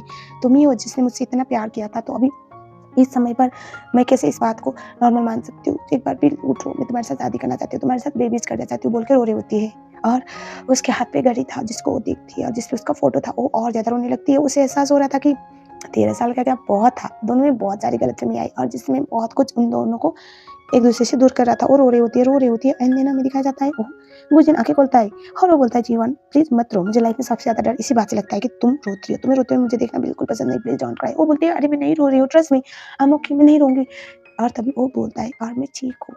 और वो बोलता है, "तुम टेंशन मत लो, जिन तुम्हें लाइक करता होगा, तुम इतनी प्यारी हो।" वो मन-मन में सोच रहे थे, अभी भी इसको लग रहा है कि मैं जिन को लाइक करती हूँ। वो बोलती है, "मैं नहीं करती उसको लाइक, मैं तो तुमको।" तभी वो बेहोश हो जाता है अचानक से, उसको सुनने ही नहीं देता, मतलब वो सुन ही नहीं पाता कि जीवन उसको लाइक करती है, उसका लव कन्फेशन अधूरा रह जाता है। और हमें दिखाया जाता है अगले सीन में जहाँ पर गुंजन को लेने के लिए शहर से हाई एक्सपर्ट टीम आई हुई होती है और जीवन को वहीं पर रुकना पड़ता है। जेन वहाँ पर आता है और वो बोलता है, "तुम्हें उसके साथ जाना चाहिए था ना?" वो बोलती है, "मैं यहाँ पर डॉक्टर हूँ और अपने पर्सनल इमोशन को साथ में नहीं रख सकती। वो अच्छा हो जाएगा, मुझे पता है।" वो बोलता है, "तुम्हें पता है, वो इसी साल डिस्चार्ज लेने के बारे में सोच रहा था, रिटायरमेंट, और उसने फाइल भी सबमिट की हुई थी।" वो बोलती है, "क्या?" तभी वो बोलता है, "हाँ, शायद उसको तुम्हारे साथ अपनी लाइफ आगे बढ़ानी होगी, क्योंकि उसने रीज़न में ये दिया था कि मैं दिल से प्यार करता हूँ। जिस औरत से मैं सबसे ज़्यादा प्यार करता हूँ, उसके साथ मुझे अपनी पूरी लाइफ गुज़ारनी है, साथ में उससे दूर रहकर नहीं, उसको मुश्किल में रखकर नहीं।" वो तो शॉक में आती है एंड देन हम देखते हैं कुछ समय बाद जहाँ पर गुंजन अभी भी उठा नहीं था, वहाँ पर वो उसके साथ ही बैठी हुई थी। इस उम्मीद में कि वो उठ जाए और वो अपनी आँखें खोलता है। ऑलमोस्ट 2-3 महीना हो चुका था, वो कोमा में ही था ना, और वो आँखें खोलता है, वो बहुत खुश थी, वो कुछ बोलती है उससे पहले वहाँ पर उसका दोस्त बोलता है, "मेजर आप ठीक हो ना?" वो बोलते हैं, "ये कौन है?" तभी वो बोलते हैं, "भाभी, आपकी वाइफ।" वो बोलता है, "क्या?" तभी अब क्योंकि वो पहचान नहीं रहा था ना, अब जीवन शॉक में। उस टाइम पे वो उसका दोस्त जो होता है, वो सिचुएशन एस्केलेट ना हो इसलिए बोलता है, "भाभी लेट मी हैंडल।" और उसके बाद वो उसे बोलता है, "मेजर आपको याद नहीं है?" उसके बाद उसका दोस्त बोलता है, "मेजर क्या कर रही हो? आपको याद नहीं है? आपकी वाइफ है, हमारी भाभी है और इस लड़की से आप इतना प्यार करते हो, उसे याद नहीं?" वो बोलता है, "क्या?" और वो बोलता है, "आपने इनके साथ रहने के लिए रिटायरमेंट का प्लान किया था और आपका अप्रूव भी हो गया।" वो उसे लात मार के बोलता है, "जिस जॉब से मैं इतना प्यार करता हूँ, उस जॉब को मैं कैसे छोड़ सकता हूँ? वो भी एक लड़के के लिए बेवकूफ़ हो क्या मैं? हट यहाँ से और इसको भाभी कहना बंद कर।" उसके बाद वो बोलता है, "ठीक है, ठीक है।" उसके बाद बोलता है, "भाभी लगता है इस बार भाई का सच्ची में गया एक्ट नहीं कर रहे।" आप जीवन परेशान हो जाती है। उसको फिर से बोलता है, "इसको भाभी कहना बंद कर।" उसके बाद हमें दिखाया जाता है घर में तो मातम छाया हुआ था। जैन और पूरी फैमिली वहीं पर थी। सब लोग बोल रहे होते हैं कि तुम्हें सच्ची में याद नहीं? शिवान को वो हँसती है और स्माइल कर रही होती है। उसकी मॉम बोल रही होती है कि तुम इसको इतना प्यार करते थे, 13 साल हो गया इस बात को। मुझे तो लगा था कि इस जन्म में तुम कबारे मरोगे। किस्मत अच्छी थी कि इसके साथ तुम्हारी शादी हो गई और अब शादी होने के बाद तुम्हें याद नहीं कि ये तुम्हारी बीवी है। तुमने जब तुम नॉर्मल थे तो एमनेशिया होने का ड्रामा किया था इसके साथ रहने के लिए। अब याद है तुम्हें तो हमने पूरी फैमिली को स्ट्रेंजर बना दिया था। Just because of her. बहन बोल रही होती है कि भैया मुझे अपनी भाभी के साथ रहना है, लेकिन आप ये पंगा क्यों कर रहे हो? बार-बार ऐसे इतनी प्रिटी भाभी होने का क्या फ़ायदा जब अपनी ननद के साथ अच्छी बॉन्डिंग नहीं कर सकती। जैन बोल रहा होता है कि तुम्हें क्या लगता है कि पूरी फैमिली वाले तुम्हें बेवकूफ़ बना रहे? इतना फालतू टाइम है क्या हमारे पास? उसका दोस्त बोल रहा होता है, "मेजर सच्ची में आपको याद नहीं है, आपकी वाइफ है, वो हमारी भाभी है।" और उस टाइम पे मॉम बोली होती है, "13 साल हो गए इस बात को, इससे तुम कितना प्यार करते हो मुझे पता है।" शिवन तो खुश होए जा रही होती है। वो बोलता है, "अभी भी मुझे हम में से किसी की बात में भरोसा नहीं, क्यों ऐसा लग रहा है कि बनी बनाई स्टोरी सुन रहा हूँ मैं किसी मूवी का?" वो बोलते होते कि यह कैसा इंसान है? हाँ, बोल दो ना अगर तुम्हें इसकी ज़िम्मेदारी नहीं लेनी है तो ठीक है, लेकिन बेचारी लड़की यहाँ पर बैठी हुई है और ये मत बोलो ऐसा कुछ। तभी जो गुंजन होता है, वो जीवन को देखते हुए बोलता है, "तुम आओ मेरे साथ, तुम्हारे साथ मुझे बात करनी है।" उसके बाद वो उसके पीछे-पीछे चली जाती है और उसके बाद हमें दिखाया जाता है, जीवन जा रही थी उसको पीछे की तरफ आके दिखता है और उसके बाद उसके आगे-आगे आता है, आगे-आगे आता है। उसके बाद उसे लग रहा था उसको कुछ कर देगा, लेकिन वो दरवाज़ा बंद करने के लिए वहाँ पर आया था, दरवाज़ा बंद करता है। उसके बाद बोलता है, "पूरे घर वाले बोल रहे हैं कि तुम मेरी बीवी हो, मुझे सब याद है, तुम्हें क्यों नहीं याद?" वो बोलती है, "मुझे पता है, लेकिन मुझे फ़र्क नहीं पड़ता क्योंकि मुझे याद है ना, आप मेरे हस्बैंड हो।" उसे हाँ करती है। वो शॉक में उसे धक्का देता है, बोलता है, "दूर, दूर, दूर, थोड़ा दूर। भले ही पूरे घर वाले तुम्हें मेरे गले परवाने की ट्राई करें, लेकिन I don't recognise you as my wife." वो बोलते हैं, "मुझे फ़र्क नहीं पड़ता।" उसके बाद वहाँ पर वो मैरिज सर्टिफ़िकेट लेके देते हैं, बोलते हैं, "क्या ये भी झूठ बोल रहा है क्या? तुम्हारे घर वाले तो झूठ ही बोल रहे, तुम्हारे 2 झूठ बोल रहे हैं, लेकिन ये?" वो बोलता है, मैं सब कुछ एक्सेप्ट करने के लिए तैयार नहीं हूँ। वहाँ से वो भाग जाता है। जीवन मन ही मन में सोचती है तुमने 13 साल बहुत ज़्यादा मुश्किल झेली हुई है, तुमने मुझसे सीक्रेटली बहुत प्यार किया है और अब मेरी बारी है, लेट मी चेंज यू। वो अपने आप को ठान के बैठी थी कि इस बार पीछे नहीं हटेगी। बाहर आती है और जांग से बोलता है कि हो सकता है इतना कुछ अचानक हो गया, इतना बड़ा एक्सीडेंट, इतना बड़ा इंसिडेंट होकर वो जो है ना तो वो एक्सेप्ट नहीं कर पा रहा। लेट वो बोलता है थोड़ा टाइम दे दो उसको, वो हैंडल कर लेगा, थोड़ा एक्सेप्ट कर लेगा, इतना भी बुरा नहीं है हमारा दोस्त। उसके बाद हमें दिखाया जाता है वो अपने ननद से उसके नए अपार्टमेंट का एड्रेस ले लेती है और उसके बाद उसके अपार्टमेंट के साइड पे जाती है। पहले तो हाथ पे थोड़ा सा कट लगाती है और बोलती है प्यार में नस काटने की बारी आती है और मुझे अपना हाथ काटना पड़ रहा है। उसके बाद दरवाजा नॉक करती है, दरवाजा खोलता है और वो बोलती है अब भी हेल्प मी। वो बोलता है तुम यहाँ पर क्या कर रहे हो, किसने एड्रेस दिया ये? और तभी वो बोलती है मुझे चोट लगी है तो क्या मेरी मदद कर सकते हो मलहम पट्टी करने में? दिखाती है वो बोलता है चोट लगी हॉस्पिटल जाओ, डॉक्टर हो ना, खुद का इलाज कर सकती हो। वो बोलती है नहीं कर सकती, प्लीज मेरी मदद करो। उसे बोलता है प्लीज गेट लॉस्ट, उसे धक्का देके बाहर करता है, दरवाजा बंद करता है। जीवन मन में सोचते हैं इतना बेहरम इंसान तो मैंने कभी देखा नहीं। अगर 13 साल से प्यार ना करता होगा ना तो आज मैं इसका पीछा छोड़ देती, लेकिन क्या करूं, प्यार करता है ना और मैं भी प्यार करती हूँ। उसके बाद वो बोलते ठीक है बेबी मैं जा रही हूँ। वो बोलते जाओ जाओ जाओ जाओ। उसके बाद वो छुपती है। उसके बाद थोड़ी देर बाद वो दरवाजा खोल के दरवाजा देखता है। वो बोलती है अभी मुझे मिस कर रहे हो, आ जाओ क्या अंदर। वो फिर से उसके मुंह पे दरवाजा बंद करता है और वो बोलता है आपत की पुड़िया गेट लॉस्ट फ्रॉम हियर। वो बोलते ठीक है बेबी मैं जा रही हूँ, तुम्हारी बातें मैं कैसे मना कर सकती हूँ बोल के वहां से वो चली जाती है। कहा जाता है वो बहुत परेशान थी, क्लब पे होती है, उसकी दोस्त बोलती है बहन क्या करेंगे। उसके बाद वो कॉल करती है और बोलती है प्लीज जल्दी आ जाओ, तुम्हारी बीवी यहाँ पर मुझे परेशान कर रही है और चिल्ला चिल्ला के तमाशा क्रिएट कर रही है, तुम्हारे खानदान का नाम खराब हो रहा है। उसके बाद फोन को काटती है। वो बोलती है तुमसे अच्छी बेस्ट फ्रेंड कसम से अगर तुम लड़का होती तो तुम्हारे साथ ही शादी करती, मुझे एक लड़के के लिए इतना करना ना पड़ता। उसके बाद वो बोलते हैं सेंची मत कर, एक्टिंग करना शुरू कर क्योंकि वो आ रहा है। और हमें दिखाया जाता है जैसे वहाँ पर आता है। उसके बाद वो इतना नोटंकी करती है ड्रंक होने का, उसे हक करके बोलती है अभी प्लीज मेरी मदद करो, तुम मुझे पहचानते नहीं लेकिन घर जाना है, मुझे घर जाना है। जाको बोलता है इसको लेके जाओ। वो बोलता है तुम्हारी बीबी तुम लेके जाओ, मैं क्यों लेके जाऊंगा। उसके बाद वो छोड़ी नहीं रहती, इस बात की वजह से उसे उठा के लेके चला जाता है। उसकी जो शिवानी उसकी बेस्ट फ्रेंड बोलती है नॉट बैड, भले ये उसको ना पहचानता लेकिन जिम्मेदारी से नहीं भागता। वो बोलता है वो मेरा दोस्त है और वो मुझसे सिखाए, टेंशन मत लो, वो कुछ नहीं करेगा। वो बोलती है कैसा था मेरा एक्टिंग। वो बोलता है नॉट बैड, ऐसे तुम्हें एक्टिंग मुझ पर भी ट्राई करना चाहिए, तुम्हें पता है मैं तुम्हें कितना लाइक करता हूँ और अब तक तुमने कोई भाव ही नहीं दिया। वो सोचती है अच्छा। उसके बाद वो बोलती है देखती हूँ और उसके बाद घर पे लेके जाता है। वो रो रही होती है और बोलती है तो मुझे सच में नहीं पहचानते बेबी बेबी बोल के उसे हक कर रही थी। वो बोलता है देखो ऐसा कुछ करना बंद करो, मुझे तुमसे बात करनी है। वो जल्द से उठ के बोलते बताओ क्या बात करनी है। अब ड्रंक थोड़ी थी जो सच्ची में यहाँ पर उसकी बातें ना सुनती। वो बोलता है देखो मुझे याद नहीं कि तुम मेरी वाइफ हो। वो बोलता है तुमने तो गेम खेलकर मेरे साथ मैरिज सर्टिफिकेट साइन किए थे, अब तुम बोल रहे हो कि तुम्हें मैं याद नहीं। मुझे पता है तुम मुझे याद नहीं करते लेकिन मैं तुम्हें बहुत ज्यादा मिस करती हूँ, प्लीज मुझे अबाउंडेड मत करो। वो बोलता है अगर मैं तुमसे इतना प्यार करता हूँ तो मेरे मन में कोई फीलिंग आनी चाहिए थी ना, नहीं आ रही है। वो बोलते मुझे पता है लेकिन मैं तुम्हें कभी भी लाइफ में डिसअपॉइंट नहीं करूंगी। तुम्हारे पूरे घर के लोग तुम्हें झूठ बोला है क्या, तुम्हारा दोस्त झूठ बोला है क्या, हमारा मैरिज सर्टिफिकेट झूठ बोला है क्या। वो बोलता है प्लीज ऐसा कुछ करना बंद करो। उसके बाद वहां से वो चला जाता है। वो सोचती है हे भगवान इसको चेंज करना इतना मुश्किल क्यों है, लगता है 13 साल का जो इसने भुगता है ना उसका एक ही महीने में मेरा दिमाग खराब करके छोड़ेगा। बाहर जाता है और डैड और मम दोनों डांटने लगते हैं कि अपनी वाइफ को छोड़ के क्यों जा रहे हो। और तभी वहां पर जो हमारा युगुजिन होता है वो बोलता है उसको एजेंट वो आप लोगों ने चूज किया था, एजेंट मेरी वाइफ नहीं तो मैं कैसे उसको ऐसे कर सकता हूँ, वो आपकी बहू है मेरी बीवी नहीं। और तभी वहां पर उसकी सिस्टर आती है और बोलती है भाई ये देखो ये फोटो आपको याद है, ये फोटो उनके साथ आपने लिया था, इस फोटो को आपने अपने रूम में रखा हुआ है एजेंट मेमोरी, और अभी भी आपको याद नहीं वो कौन है। वो इतनी बुरी नहीं है, वो बहुत अच्छी लड़की है, प्लीज उसको इस तरह से छोड़ो मत। उसके बाद हमें देखा जाता है जीवन को कल आया हॉस्पिटल में इमरजेंसी बोल के, इसलिए वो वहां से निकल रही होती है गाड़ी में, गुजनू से लेने के लिए आता है। वो बोलती है आप मुझे लेने आए। वो बोलता है तुम्हें कहीं जाना है क्या। वो बोलती है हॉस्पिटल जाना है, जल्दी हॉस्पिटल चलो। वो बोलता है हॉस्पिटल क्यों जाना है। वो हंसते हुए बोलती है मैं डॉक्टर हूँ, इतने फालतू भी नहीं हूँ तो चलो। उसके बाद हॉस्पिटल में जाती है, हॉस्पिटल में उसकी बहुत तारीफ हो रही थी, ऑपरेशन थिएटर में घुस जाती है। उसे ये सुनने को मिलता है कि जीवन काफी कैपेबल है, उसे ये चीज सुनने में अच्छा लगता है। उसके बाद वेट कर रहा था पिछले 2 घंटे से और तभी हमें दिखा जाता है जीवन वापस आती है और बोलते हैं तो मेरा वेट कर रहे थे। वो पहले इतना मतलब इम्पैशेंट होकर इधर उधर टहलाता बाद में वो ऐसे दिया करता है कि जैसे कि इतना फर्क नहीं पड़ता। वो बोलती है चलो वेट कर ही लिया तो अब हक करना है मुझे, क्या नहीं हक यू। वो उठता है, उसे जोर से हक करती है जैसे कि उसकी सांस निकल जाएगी। घर में उसे छोड़ने के लिए आता है। वो सोच चुकी थी, उससे गोदी में उठा के बाहर ले जाने वाला था। उसे अपने फ्लैशबैक के कुछ मेमोरी याद आ रही थी। उसे ये चीज रियलाइज हो चुका था कि हाँ इसकी बीवी है, मतलब वो एमनेशिया ठीक होने के कगार पे था। एंड देन तभी वो डिवोर्स पेपर देखता है, उसको फिर से मिशन के लिए जाना पड़ता है। कॉल आता है और मन ही मन में सोचता है हमारा इक्वेशन जो भी हो, तुम्हारा और मेरा जो भी पास्ट हो, लेकिन शायद हम दोनों कभी साथ होने के लिए थे ही नहीं। लेट्स इन डिटेल मैं तुम्हारी लाइफ को खराब करना नहीं चाहता, तुम अभी जवान हो, तुम कैपेबल हो, तुम बहुत कुछ कर सकती हो, मेरे चक्कर में तुम फंसो मैं नहीं चाहूंगा क्योंकि you deserve something better than this. ऐसा उसको बोलता है। डिवोर्स पेपर को साइन कर देता है कुत्ता। वो वहां से चला जाता है। जीवन अपने आगे खोलती है, हैरान थी परेशान थी लेकिन हाँ हिम्मत नहीं आ रही थी इसने।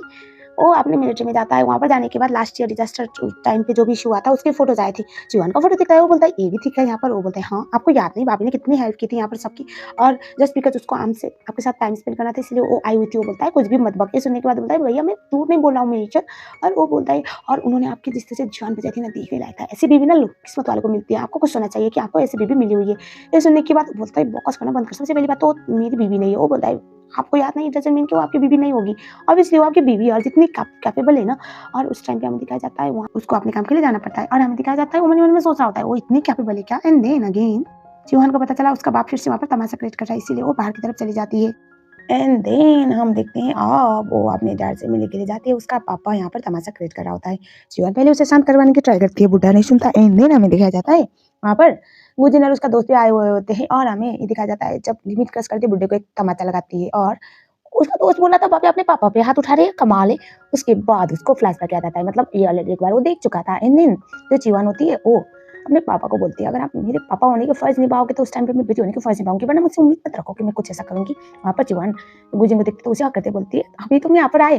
और तभी वो उससे बोलता है तुम अपने पापा पे हाथ उठाते हो, ये देखने का मौका थोड़ी मिलता मुझे, अगर ना आता तो। उसके बाद वो उससे अंदर की तरफ लेके जाती है और बोलती है तुम अपने पापा के ऊपर हाथ कैसे उठा सकते हो, ये गलत है ना। वो बोलते हैं तुम्हें पता है एक बात, जब मैं सिर्फ 10 साल की थी मुझे एक दिन मेरे डैड को किसी और के साथ दिखने का मौका मिला और नॉर्मल हालत में तो बिल्कुल भी नहीं था, जो आज मेरी सौतेली माँ है। और उस समय पर मुझे पता नहीं था सच क्या है झूठ क्या है। मैंने अपनी मॉम को बता दिया सारा सच। मेरी मॉम लड़ाई करने लगी पापा से और उसके बाद वो गुस्से में गई, उनका एक्सीडेंट हुआ, उनकी डेथ हुई। मेरे पेरेंट्स, मेरी स्टेप मॉम और मेरे डैड मुझे सच दिलाने में कामयाब हो चुके थे कि मेरी वजह से मेरी मॉम की मौत हुई है। और उस टाइम पर अभी तुम्हें लगता है कि मैं सब कुछ जाने दूंगी, उन लोगों ने मेरी लाइफ को जानू बना दी थी। मैं कम से कम 18 साल तक ये समझते थे कि मेरी वजह से मेरे मॉम डैड अलग हुए, मेरी वजह से मेरी मॉम की मौत हुई। उन लोगों ने मुझे एक खूनी करार कर दिया और अभी वो बुढ़ा एक डिजर्व नहीं करता कि मुझे कंट्रोल करे, मुझे पसंद नहीं। वो बोलता है अच्छा शायद मैंने ज़्यादा बोलते हैं, हम सॉरी। वो बोलते नहीं तुम कुछ अभी ज़्यादा बोल नहीं सकते। उसके बाद वो बोलता है एक बात बताओ तो तुमने लाइफ में क्या सीखा है। वो बोलती है बस एक ही बंदे से प्यार करना सीखा। और जब मुझे पता चला कि कोई तो जो मुझसे इतना प्यार करता है तो मेरे लिए वो और था। वो बोलता है तो जीवन जो होती है उससे बोलती है और जिससे मैं सबसे ज़्यादा प्यार करती हूँ उसे तो मैं ही याद नहीं। और उस टाइम पे उससे बहुत नज़दीक ले आता है और बोलता है अगर मैं तुमसे इतना प्यार करता था तो ओके मेरी मेमोरी गई है लेकिन मेरी बॉडी तो थोड़ा रेस्पॉन्ड करेगी ना, मुझे कुछ फील क्यों नहीं होता। वो बोलती है वो होगा। उसके बाद उसे किस करती है वो शौक में और वो बोलती है अब रिया क्या तुम्हारी बॉडी नहीं या नहीं। वो वहाँ से भाग जाता है। वो हंसती है और बोलती है कि तुम्हें किस तरह से अपना बनाना है मुझे अच्छी तरह से पता है, डोंट वरी मैं इतनी दिल हार नहीं मानने वाली। जीवन जो होती है अपना सामान पैक कर रही होती है, वहाँ पर गुजिन आता है और वो बोलता है तुम कहाँ जा रही हो। ये सुनने के बाद वो बोलती है अब मेरा हस्बैंड मुझसे प्यार नहीं करता तो मुझे जाना पड़ेगा ना। कुछ नहीं मैं यहाँ पर सब कुछ रैप करने के लिए आई हूँ, टेंशन मतलब मैं तुम्हें परेशान नहीं करूंगी। उसके बाद वो बोलती है एक सेकंड रुको। वो बोलता है अब ये मत बोलना कि मैं तुमसे प्यार करती हूँ और मुझे इमोशनल करने की ट्राई करना, जाओ जाओ। वो बोलती है नहीं नहीं वो एक्चुअली मैंने तुम्हें कुछ गिफ्ट दिए थे जिसमें से एक बहुत महंगा घड़ी भी है, तो क्या तुम वापस दे सकते हो। वो बोलता है कि ऐसी लड़की को गिफ्ट देने के बाद वापस कौन लेता है। वो बोलती है 1 साल की मेहनत की कमाई थी मेरी वो, मैंने तो उस बंदे को दिया था जिससे मैं प्यार करती हूँ, लेकिन अब तुम्हें मैं याद ही नहीं तो क्या करोगे, रखे मुझे दे दो। उसके बाद सारा सामान पैक करके बाहर की तरफ जाती है। उसकी मदर इन लॉ और उसकी सिस्टर इन लॉ बोलते हैं कि तुम जा रही हो। तभी वो बोलते हैं कि आपका बेटा मुझसे प्यार नहीं करता, हमारे बीच में प्यार नहीं, उसको तुम्हें याद ही नहीं तो मैं क्या करूँगी यहाँ पर रहकर। तो lesson teacher aunty I am sorry, मैं आपकी बेटी बन के रह सकती लेकिन बहू बन के नहीं, शायद बेटी बन के भी नहीं, क्योंकि उस घर में मैं कैसे रहूँ जिस टाइम घर पे मेरा हस्बैंड मुझे नहीं पहचानता। जो वो जिंदा हो उससे बुरा लग रहा होता है। उसके बाद वो कॉल करता है किसी को और उसके बाद वो बोलता है क्या मुझे कुछ एविडेंस मिल सकता है कि जीवन सिलाई करती है। बाद में पता चला ये जो जंग है उसी से मांग रहा था। जंग उसे उस स्कूल में लेके जाता है, उसके जो लव लेटर थे सब कुछ लेके हुआ वो देता है, बहुत सारी चीजें जो उससे फैमिली था। गुजिन को थोड़ा सा समझ में आ रहा था लेकिन हाँ अभी भी कन्विंस हो नहीं पा रहा था कि how much he used to love her. और तभी किस्मत खराब थी कि वही लोग जो गुजिन को मारना चाहते थे वो वहाँ पर आ जाते हैं। अच्छी खासी लड़ाई होती है। बाद में पता चला जो गुजिन है उसने इस बंदे के बड़े भाई को मारा हुआ था, तो उसके पीछे हाथ धो के पड़ा हुआ था। और आज तो जंग और गुजिन ऑलमोस्ट चले जाते हैं लेकिन एंट्री लेती है हमारी बंदूक लेके और उसके बाद वो गोली चलाने लगती है और वो बोलती है तुम लोग को अच्छी तरह से पता है मैं बहुत अच्छी तरह से शूट कर सकती हूँ और मेरा निशाना कभी चुकता नहीं। और उसके बाद वहाँ पर अच्छी खासी लड़ाई होती है और जीवन जो होती है वो जिस तरह से इस बार कॉन्फिडेंट होकर लड़ रही थी ये देख के तो वो जिन शौक में उसे याद आता है फ्लैशबैक टाइम और वो मन मन में सोच रहा होता है कि ये लास्ट टाइम से बहुत ज़्यादा स्ट्रॉन्ग बन के आई है। उसके बाद जो जंग था वो बोला होता है कि भाभी तो कमा ले। वो बोलती है मुझे बनना पड़ेगा, सब कुछ करना पड़ेगा क्योंकि मुझे अपने लोगों को प्रोटेक्ट करना है जिनसे मैं प्यार करती हूँ उनसे। ऐसा वो बोलती है। अच्छी खासी यहाँ पर चेजिंग होती है, फाइट होती है, gun firing and at the end वो जिन होता है उसको शूट किया जाने वाला था। जीवन बीच में आती है, उसको डायरेक्ट गोली लगती है। अब तो गुजिन बहुत बड़े शॉक में आ जाता है आप तो गुजिन शॉक में, वो उससे बोलता है तुमने ऐसा क्यों किया, तुम पागल हो, तुम्हें डर नहीं लगता? वो बोलती है मुझे सबसे ज़्यादा डर तब लगता है जब मुझे ये रियलाइज़ हो कि मैं तुम्हें खो सकती हूँ, एटलीस्ट मैं मर के तुम्हें बचा सकती हूँ तो मेरे लिए वही बड़ी बात होगी। तुमसे मैंने पागल जैसे प्यार किया है, तो इस टाइम पे ऐसे में इन सब चीज़ों को जाने नहीं दे सकती। वो वहीं पर बेहोश होती है, उसके बाद वो बहुत रोने लगता है और हम देखते हैं उसे याद भी आ चुका था बहुत सारी चीज़ें। ट्रीटमेंट के लिए लाया जाता है चिवान को और गुजिन को भी छोड़ता है, लेकिन वो बिल्कुल भी ट्रीटमेंट लेने के लिए नहीं मानता जब तक वो कन्फर्म ना हो कि चिवान ठीक है। जेन ये सब कुछ देख रहा था, जेन उसे कन्विंस करता है उसे ट्रीटमेंट लेनी चाहिए और चिवान का ऑपरेशन हो जाता है। चिवान बेहोश होती है, वहाँ पर जिन गुजिन जो होता है आता है, अपना लव कन्फेस करता है और वो बोलता है I am sorry for everything. और उसने अमनीशिया के टाइम पे मतलब असली वाला जो उसे ना पहचान के जो गलती किया उसे बहुत अफसोस था और उसे मिशन के लिए फिर से दोबारा जाना था। इस बात की वजह से वहाँ से निकलता है और हमें दिखाया जाता है जो जी जिन था वो आता है चिवान के पास। चिवान अपनी आंखें खोलती है और बोलती है गुजिन कहाँ पर है? वो बोलता है अभी अभी गया। वो हंसता है और उसके बाद वो बोलती है अब क्या करना है? वो बोलते है कुछ नहीं, मुझे उसके साथ मैरिज करनी है, मैं अपना लव कन्फेस करना चाहती हूँ और उसे उसकी हैप्पीनेस विश करता है। उसके बाद मदर इन लॉ और सिस्टर इन लॉ उसे मिलने के लिए आते हैं और चिवान बोलती है मुझे आपके बेटे को पटाना पड़ेगा। वो बोलती है कहाँ पर है? तभी जंग हंसता है और बोलता है पक्का गिल के वैसे कहीं छुपा हुआ है। और हम देखते हैं चिवान ठीक होती है, घर पे जाती है, वहाँ पर एक छोटी सी बेबी खेल रही होती है गुजिन के साथ। वो पूछती है ये कौन है? तभी मॉम बोलती है ये उसके कलीग्स की बेटी है। और उसके बाद हमें दिखाया जाता है वो वहाँ पर उसके साथ टकराते हैं खेलते खेलते और चिवान को सॉरी बोलती है। तभी वो बोलते हैं डोंट वरी बेटा, मैं आपकी मम्मा हूँ। और वो वहाँ से चली जाती है। वो भाग के जाती है और गुजिन को बोलती है पापा मैंने मम्मा से बात की। वो बोलते मम्मा, और तभी वो वहाँ से जा चुकी थी तो वो उसके पीछे पीछे चला जाता है और चिवान जो होती है वो गुजिन को कॉल करती है, तो वो कॉल रिसीव करता है, बोलता है कहाँ पर हो तुम? वो बोलती है पीछे मुड़ो, तुम्हें लगता है कि सिर्फ तुम हो जिसको मुझसे 13 साल से प्यार है, मुझे भी तुमसे बहुत प्यार है, मैं जेन को नहीं बल्कि तुमको लाइक करती हूँ, अब तक तुम्हें ये नहीं समझ में आया? वो बोलता है नहीं मुझे पता तो था लेकिन शायद मैं एक्सेप्ट ना कर पाया हूँ। उसके बाद वो बोलते हैं आई नो 13 साल लेट हो चुका है लेकिन फिर भी नई शुरुआत करने के लिए कभी भी लेट होना नहीं चाहिए। आई लव यू अलॉट बोल के उसे हग करती है और उसे हग करता है, दोनों एक दूसरे को किस करते हैं and the drama ends here. I hope आपको पसंद आया होगा। Personally drama was really good और मुझे बहुत पसंद आया। और आप लोगों को पता है वांग ईरानी और बायान का ड्रामा साथ में आए और वो कमाल ना करे ऐसा कभी हो ही नहीं सकता। आई एम ग्लैड कि कोई तो ड्रामा था जिसमें ये दोनों कम रोए हैं, क्योंकि जितने बार भी बायान और वांग ईरानी का ड्रामा आया है दोनों को बहुत रुलाया है। सो उम्मीद है आपको ये पसंद आया होगा। I will be back with another drama soon. तब तक के लिए चैनल में नहीं हो तो चैनल सब्सक्राइब जरूर कर लेना। Stay up to date. Thank you so